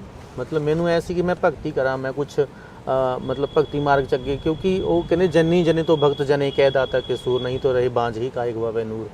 ਨਾ ਕਿਤੇ ਨਾ ਕਿਤੇ ਮੈਨੂੰ ਹੈ ਸੀਗਾ ਵੀ ਮੈਂ ਵੀ ਆਪਣੀ ਮਾਂ ਦੀ ਕੁੱਖ ਦੀ ਲਾਜ ਰੱਖਾਂ, ਲੇਕਿਨ ਲਾਜ ਤਾਂ ਰੱਖੀ ਗਈ, ਲੇਕਿਨ ਇਸ ਰਾਖਸ਼ ਨੇ ਐਡਾ ਵੱਡਾ ਕੰਮ ਕਰਤਾ ਵੀ ਹੁਣ ਜ਼ਿੰਦਗੀ ਇਸ ਕਦਰ ਹੋਈ ਪਈ ਹੈ ਬਈ ਲੋਕ ਸਾਨੂੰ ਬਹੁਤ ਜਗ੍ਹਾ ਇੱਦਾਂ ਹੈ ਕਿ ਸਾਨੂੰ ਨਫ਼ਰਤ ਵੀ ਕਰਦੇ ਨੇ, ਬਹੁਤ ਜਗ੍ਹਾ ਇੱਦਾਂ ਕਿ ਜਿਸ ਜਗ੍ਹਾ 'ਤੇ ਤੁਸੀਂ ਰਹਿੰਦੇ ਹੋ ਉੱਥੇ ਮਤਲਬ ਸਾਰਿਆਂ ਨੂੰ ਪਤਾ ਕਿ ਤੁਹਾਡੇ ਨਾਲ ਇਹ ਹੋਇਆ? ਹਾਂ, ਨੀਅਰ ਅਬਾਊਟ ਸਾਰੇ ਬਾਬੇ ਦੇ ਫੋਲੋਅਰਸ ਨੇ ਮੇਰੇ ਅੱਗੇ ਪਿੱਛੇ। ਕਦੀ ਇਦਾਂ ਹੋਇਆ ਕਿ ਤੁਹਾਨੂੰ ਕਿਸੇ ਨੇ ਛੇੜਿਆ, ਕਿਸੇ ਨੇ ਤੰਗ ਕੀਤਾ, ਟੀਸ ਕੀਤਾ? ਹਾਂ, ਟੀਸ ਕਰਦੇ ਨੇ। ਕਿੱਦਾਂ, ਕੀ ਕਹਿੰਦੇ ਆ? ਬਹੁਤ ਸਾਰੇ ਅਜਿਹੇ ਮੁੰਡੇ ਨੇ ਜਿਹੜੇ ਕੱਚੀ ਉਮਰ ਦੇ ਨੇ, ਕਹਿੰਦੇ ਕੱਚੀ ਉਮਰ ਦੀਆਂ ਕੱਚੀਆਂ ਗੱਲਾਂ, ਬਹੁਤ ਕੁਝ ਕਹਿ ਜਾਂਦੇ ਨੇ, ਅਸੀਂ ਇਗਨੋਰ ਵੀ ਕਰਦੇ। ਕੀ ਕਹਿੰਦੇ ਤੁਸੀਂ? ਕੀ ਕਹਿੰਦੇ? ਕਹਿ ਦਿੰਦੇ ਨੇ ਜੋ ਵੀ ਉਹਨਾਂ ਦੇ ਮਨ 'ਚ ਆਉਂਦਾ ਹੈ, ਕੁਝ ਵੀ ਕਹਿੰਦੇ ਨੇ, ਨਪੁੰਸਕ ਕਹਿ ਦਿੰਦੇ ਨੇ, ਜਿਹੜਾ ਸ਼ਬਦ ਵੀ ਵਰਤ ਲੈਂਦੇ ਨੇ, ਖੁਸਰਾ ਕਹਿ ਦਿੰਦੇ ਨੇ। ਹਾਂ, ਕੁਝ ਵੀ ਕਹਿ ਦਿੰਦੇ ਨੇ, ਜੋ ਉਹਨਾਂ ਦੇ ਮਨ 'ਚ ਆਉਂਦਾ, ਇਗਨੋਰ ਕਰਨਾ ਪੈਂਦਾ। ਅਸੀਂ ਕਿਹਦੇ ਨਾਲ ਲੜਾਂਗੇ ਜਾ ਕੇ?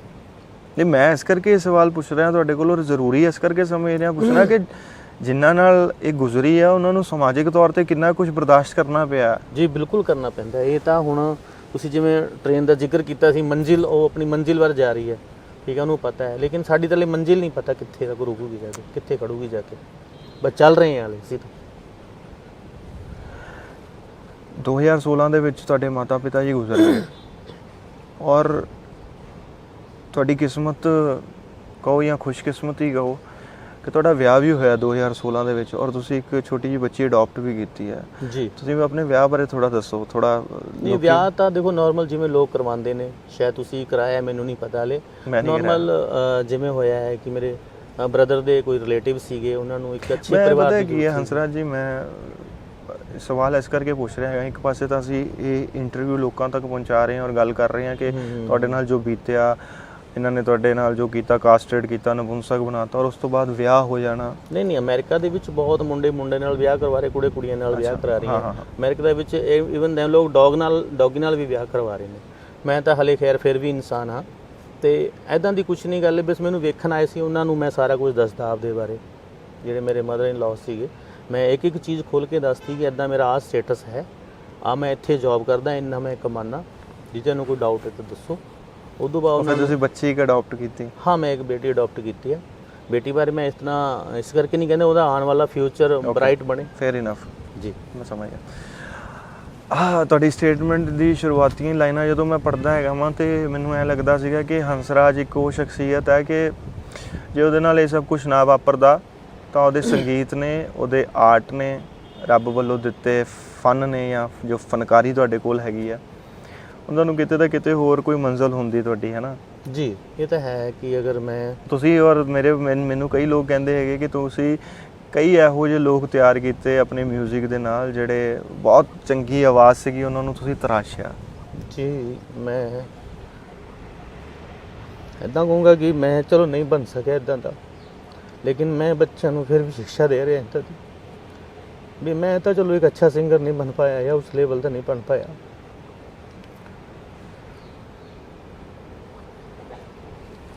ਚਲੋ ਬੱਚੇ ਤਾਂ ਬਣ ਜਾਣ, ਕਿਤਨਾ ਕਿਤਨਾ ਫਿਊਚਰ ਚਮਕੇ। ਮੈਂ ਜਦੋਂ ਪਹਿਲਾਂ ਸਵਾਲ ਕੀਤੇ ਤੁਹਾਡੇ ਕੋਲੋਂ ਟਫ ਕੁਐਸਚਨ ਸੀਗੇ, ਉਦੋਂ ਤੁਹਾਡੀ ਅੱਖ 'ਚ ਹੰਝੂ ਨਹੀਂ ਆਏ, ਉਦੋਂ ਤੁਸੀਂ ਰੋਏ ਨਹੀਂ। ਤੁਹਾਡੇ ਆਰਟ ਬਾਰੇ, ਸੰਗੀਤ ਬਾਰੇ, ਤੁਹਾਡੇ ਆਹ ਟ੍ਰੇਨ ਜਾ ਰਹੀ ਹੈ, ਇਹਦੀ ਮੰਜ਼ਿਲ ਹੈਗੀ ਹੈ। ਮੇਰੀ ਮੰਜ਼ਿਲ ਸੀਗੀ ਮੈਂ ਇੱਕ ਅੱਛਾ ਟੌਪਰ ਸਿੰਗਰ ਬਣਾ। ਮੈਂ ਸਰਦੂਲ ਸਿਕੰਦਰ ਜੀ ਨੂੰ ਸੁਣਦਾ ਸੀਗਾ, ਮੈਂ ਬਹੁਤ ਵੱਡੇ ਕਵਾਲ ਪਾਕਿਸਤਾਨ ਦੇ ਨੁਸਰਤ ਫਤਿਹ ਅਲੀ ਖਾਨ ਸਾਹਿਬ ਨੂੰ ਸੁਣਦਾ। ਮੈਨੂੰ ਹੈ ਕਿ ਮੈਂ ਵੀ ਕੁਛ ਅੱਛਾ ਬਣਾ, ਕੁਛ ਪ੍ਰੈਕਟਿਸ ਕਰਾਂ, ਲੇਕਿਨ ਇਹਨੇ ਇਹ ਬੇਸੁਰਾ ਬੰਦਾ ਕੱਟਾ ਤਿੰਗੜ ਦਾ ਕਿੱਲੇ ਦੇ ਜ਼ੋਰ 'ਤੇ ਇਹਦੀ ਬੇਸੁਰੀਆਂ ਚੀਜ਼ਾਂ ਸੁਣ ਕੇ ਅਸੀਂ ਅੱਗੇ ਵਧ ਹੀ ਨਹੀਂ ਪਾਏ।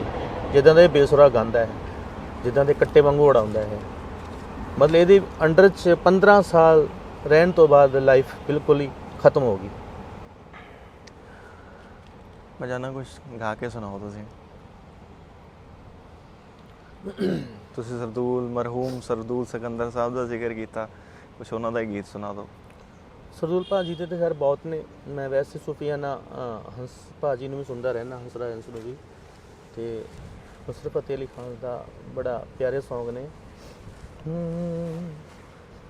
ਖੈਰ ਹੋਵੇ ਤੇਰੇ ਦਮ ਦੀ,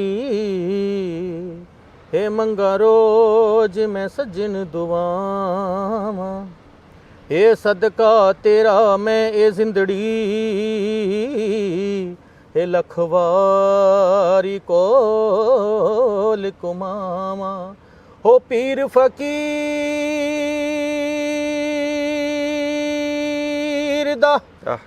ਫਕੀਰ ਦਾ ਸਦਕਾ ਢੋਲਾ, ਇਹ ਤੈਨੂੰ ਲੱਗਣ ਨਾ ਤੱਤੀਆਂ ਵਾਵਾਂ। ਹੋ ਜੁਗ ਜੁਗ ਜੀਵੇਂ, ਹੋ ਜੁਗ ਜੁਗ ਜੁਗ ਜੁਗ ਜੁਗ ਜੁਗ ਜੁਗ ਜੁਗ ਜੁਗ ਜੁਗ ਜੁਗ ਜੀਵੇਂ, ਇੰਸ਼ਾਅੱਲਾ ਤੂੰ ਤੇਰੀ ਆਈ ਮੈਂ ਮਰ ਜਾਵਾਂ। ਨਿਤ ਖੈਰ ਮੰਗਾ, ਇਹ ਨਿਤ ਖੈਰ ਮੰਗਾ, ਸੋਹਣਿਆ ਮੈਂ ਤੇਰੀ ਦੁਆ ਨਾ ਕੋਈ ਹੋਰ ਮੰਗਦੀ, ਮੈਂ ਦੁਆ ਨਾ ਕੋਈ ਹੋਰ ਮੰਗਦੀ। ਇਹ ਤੇਰੇ ਪੈਰਾਂ 'ਚ ਅਖੀਰ ਹੋਵੇ ਮੇਰੀ, ਉਹ ਤੇਰੇ ਚਰਨਾਂ 'ਚ ਅਖੀਰ ਹੋਵੇ ਮੇਰੀ, ਦੁਆ ਨਾ ਕੋਈ ਹੋਰ ਮੰਗਦੀ, ਮੈਂ ਦੁਆ ਨਾ ਕੋਈ ਹੋਰ ਮੰਗਦੀ। ਹੇ ਪੁਰੇ ਦੀ ਹਵਾ ਚੱਲੇ ਦਿਲ ਮੇਰਾ ਡੋਲਦਾ, ਹੇ ਪੁਰੇ ਦੀ ਹਵਾ ਇਹ ਪੂਰੇ ਦੀ ਹਵਾ ਚੱਲੇ ਦਿਲ ਮੇਰਾ ਡੋਲਦਾ ਨਿਨੀ ਸਾ ਰੇ ਰੇ ਸਾ ਨਿਨੀ ਸਾ ਰੇ ਰੇ ਸਾ ਨਿਨੀ ਸਾ ਰੇ ਰੇ ਸਾ ਨਿਨੀ ਸਾ ਰੇ ਰੇ ਸਾ ਪਾ ਮਾਰੇ ਸਾ ਨਿਨੀ ਸਾ ਸਾ ਰੇ ਰੇ ਸਾ ਨਿਨੀ ਸਾ ਰੇ ਰੇ ਸਾ ਨਿਨੀ ਸਾ ਰੇ ਰੇ ਸਾ ਸਨੀ ਸਨੀ ਸਨੀ ਦਾ ਸਨੀ ਸਨੀ ਸਨੀ ਦਾ ਸਨੀ ਸਨੀ ਸਨੀ ਦਾ ਮ ਪਤਾ ਨਹੀਂ ਸਾ ਮ ਪਤਾ ਨਹੀਂ ਸਾ ਮ ਪਤਾ ਨਹੀਂ ਸਾ ਇਹ ਪੂਰੇ ਦੀ ਹਵਾ ਚੱਲੇ ਦਿਲ ਮੇਰਾ ਡੋਲਦਾ ਇਹ ਕੰਬ ਕੰਬ ਜਾਵਾਂ ਜਦੋਂ ਕਾਂ ਕਿਤੇ ਬੋਲਦਾ ਮਾਰਦਾ ਏ ਤਾਨੇ ਮੈਨੂੰ ਮੌਸਮ ਬਾਹਰ ਦਾ ਆਜਾ ਪਰਦੇਸੀਆ ਵਾਸਤਾਈ ਪਿਆਰ ਦਾ ਆਜਾ ਤੈਨੂੰ ਅੱਖੀਆਂ ਉਡੀਕਦੀਆਂ ਆਜਾ ਢੋਲਣਾ ਓਏ ਤੈਨੂੰ ਅੱਖੀਆਂ ਉਡੀਕਦੀਆਂ ਤੁਸੀਂ ਰਾਜੀ ਜੇ ਆਪਣਾ ਰੱਬ ਕਰਨਾ ਤੇ ਮਾਂ ਦੀ ਖਿਦਮਤ ਰਜ ਰਜ ਕਰਨਾ ਹੋ ਆਪਣੀ ਮਾਂ ਨੂੰ ਓਏ ਲੋਕਾ ਹੋ ਆਪਣੀ ਮਾਂ ਨੂੰ ਜਰਾ ਪਿਆਰ ਨਾਲ ਵੇਖ ਲੈਣਾ ਹੋ ਇਹ ਕਰ ਬੈਠਿਆਂ ਜਿਹਨੇ ਵੀ ਹੱਜ ਕਰਨਾ ਜਦੋਂ ਮੂੰਹੋਂ ਕਿਸੇ ਦਾ ਮੈਂ ਨਾ ਲੈਣਾ ਸਿੱਖਿਆ ਇਹ ਜਦੋਂ ਮੂੰਹੋਂ ਕਿਸੇ ਦਾ ਮੈਂ ਨਾ ਲੈਣਾ ਸਿੱਖਿਆ ਰੱਬ ਕਹਿਣ ਨਾਲੋਂ ਪਹਿਲਾਂ ਮਾਂ ਕਹਿਣਾ ਸਿੱਖਿਆ ਰੱਬ ਕਹਿਣ ਨਾਲੋਂ ਪਹਿਲਾਂ ਮਾਂ ਕਹਿਣਾ ਸਿੱਖਿਆ ਰੱਬ ਕਹਿਣ ਨਾਲੋਂ ਪਹਿਲਾਂ ਮਾਂ ਕਹਿਣਾ ਸਿੱਖਿਆ ਵਾਹ ਵਾਹ ਵਾਹ ਥੈਂਕ ਯੂ ਬਹੁਤ ਖੂਬਸੂਰਤ ਬਹੁਤ ਖੂਬਸੂਰਤ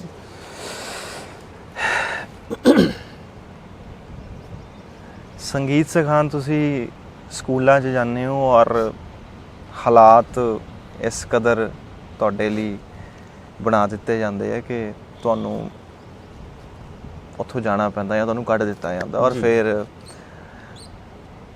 ਰੋਟੀ ਦੇ ਲਈ ਜਿਹੜਾ ਬੰਦਾ ਭੱਜਦਾ ਪਿਆ ਭੱਜ ਦੌੜ ਕਰ ਰਿਹਾ ਪਰਿਵਾਰ ਪਾਲਣ ਲਈ ਜੋ ਦਿਨ ਰਾਤ ਇੱਕ ਕਰ ਰਿਹਾ ਉਹਦੇ ਲਈ ਔਖਾ ਹੁੰਦਾ ਹੈ ਬਹੁਤ ਔਖਾ ਹੈ ਕੀ ਕਹੋਗੇ ਦਰਸ਼ਕਾਂ ਨੂੰ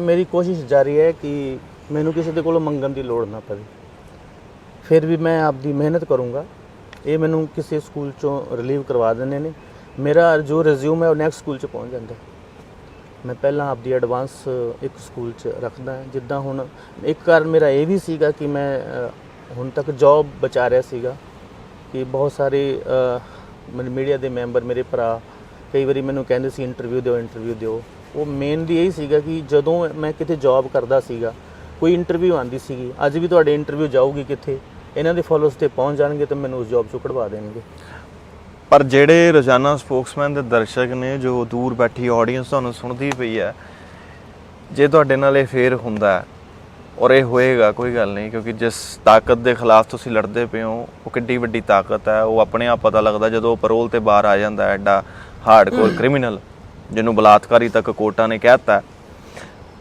ਇਹ ਲੋਕ ਤੁਹਾਡੇ ਨਾਲ ਖੜੇ ਨੇ ਇਹ ਆਵਾਮ ਤੁਹਾਡੇ ਨਾਲ ਖੜੀ ਹੈ ਜਿਸ ਤਰੀਕੇ ਦੀ ਵੀ ਮਦਦ ਹੈ ਇਹ ਤੁਹਾਡੇ ਤੱਕ ਪਹੁੰਚਾਉਣਗੇ ਔਰ ਬਹੁਤ ਸਾਰੇ ਲੋਕ ਇਹੋ ਜਿਹੇ ਹੈਗੇ ਨੇ ਜਿਨ੍ਹਾਂ ਨੂੰ ਤੁਹਾਡੇ ਦਰਦ ਦੇ ਨਾਲ ਦਰਦ ਹੈਗਾ ਵਾ ਮੈਂ ਉਹਨਾਂ ਸਾਰਿਆਂ ਦਾ ਆਪਣੇ ਦਰਸ਼ਕਾਂ ਦਾ ਬਹੁਤ ਬਹੁਤ ਤਹਿ ਦਿਲੋਂ ਮੈਂ ਸਵਾਗਤ ਕਰਦਾ ਮੈਂ ਉਹਨਾਂ ਦਾ ਬਹੁਤ ਬਹੁਤ ਨੂੰ ਮੈਂ ਦਿਲੋਂ ਪਿਆਰ ਕਰਦਾ ਹਾਂ ਕਿ ਜਿਹੜੇ ਇੰਨਾ ਮੈਨੂੰ ਪਿਆਰ ਦੇਣਗੇ ਜਾਂ ਮੇਰੇ ਨਾਲ ਜੁੜਨਗੇ ਤੁਹਾਡੇ ਚੈਨਲ ਰਾਹੀਂ ਅਤੇ ਮੇਰੀ ਇੱਕੋ ਇਹੀ ਕੋਈ ਜ਼ਿਆਦਾ ਵੱਡੀ ਡਿਮਾਂਡ ਨਹੀਂ ਹੈ ਵੀ ਤੁਸੀਂ ਸਾਰੇ ਇੱਕ ਹੋ ਜਾਓ ਜਿਵੇਂ ਇਹ ਐਡਾ ਵੱਡਾ ਟੈਰਰਿਸਟ ਹੈ ਠੀਕ ਹੈ ਇਹ ਖਤਰਨਾਕ ਜਿਹੜਾ ਰਾਮ ਰਹੀਮ ਹੈ ਬਲਾਤਕਾਰੀ ਰੇਪਿਸਟ ਮਰਡਰਿਸਟ ਕਾਸਟੇਟਡ ਬਾਬਾ ਹੈ ਵੀ ਸਾਨੂੰ ਹੁਣ ਸਾਰਿਆਂ ਨੂੰ ਇੱਕ ਹੋਣ ਦੀ ਲੋੜ ਹੈ ਤੁਹਾਨੂੰ ਲੱਗਦਾ ਤੁਹਾਨੂੰ ਇਨਸਾਫ ਮਿਲੇਗਾ ਬਿਲਕੁਲ ਮਿਲੇਗਾ ਮੈਨੂੰ ਇਸ ਅਦਾਲਤ 'ਤੇ ਵੀ ਵਿਸ਼ਵਾਸ ਹੈ ਅਤੇ ਉਹਦੀ ਅਦਾਲਤ 'ਤੇ ਵੀ ਵਿਸ਼ਵਾਸ ਹੈ ਕਿਤੇ ਨਾ ਕਿਤੇ ਇਹਨੂੰ ਰੇਪ ਕੇਸ 'ਚ ਸਜ਼ਾ ਹੋਈ ਹੈ ਮਰਡਰ ਕੇਸ 'ਚ ਸਜ਼ਾ ਹੋਈ ਹੈ ਅਤੇ ਜਿਹੜਾ ਆਹ ਕਾਸਟੇਸ਼ਨ ਵਾਲਾ ਕੇਸ ਹੈ ਨਪੁੰਸਕ ਵਾਲਾ ਕੇਸ ਹੈ ਇਹ 'ਚ ਵੀ ਇਹਨੂੰ ਬਹੁਤ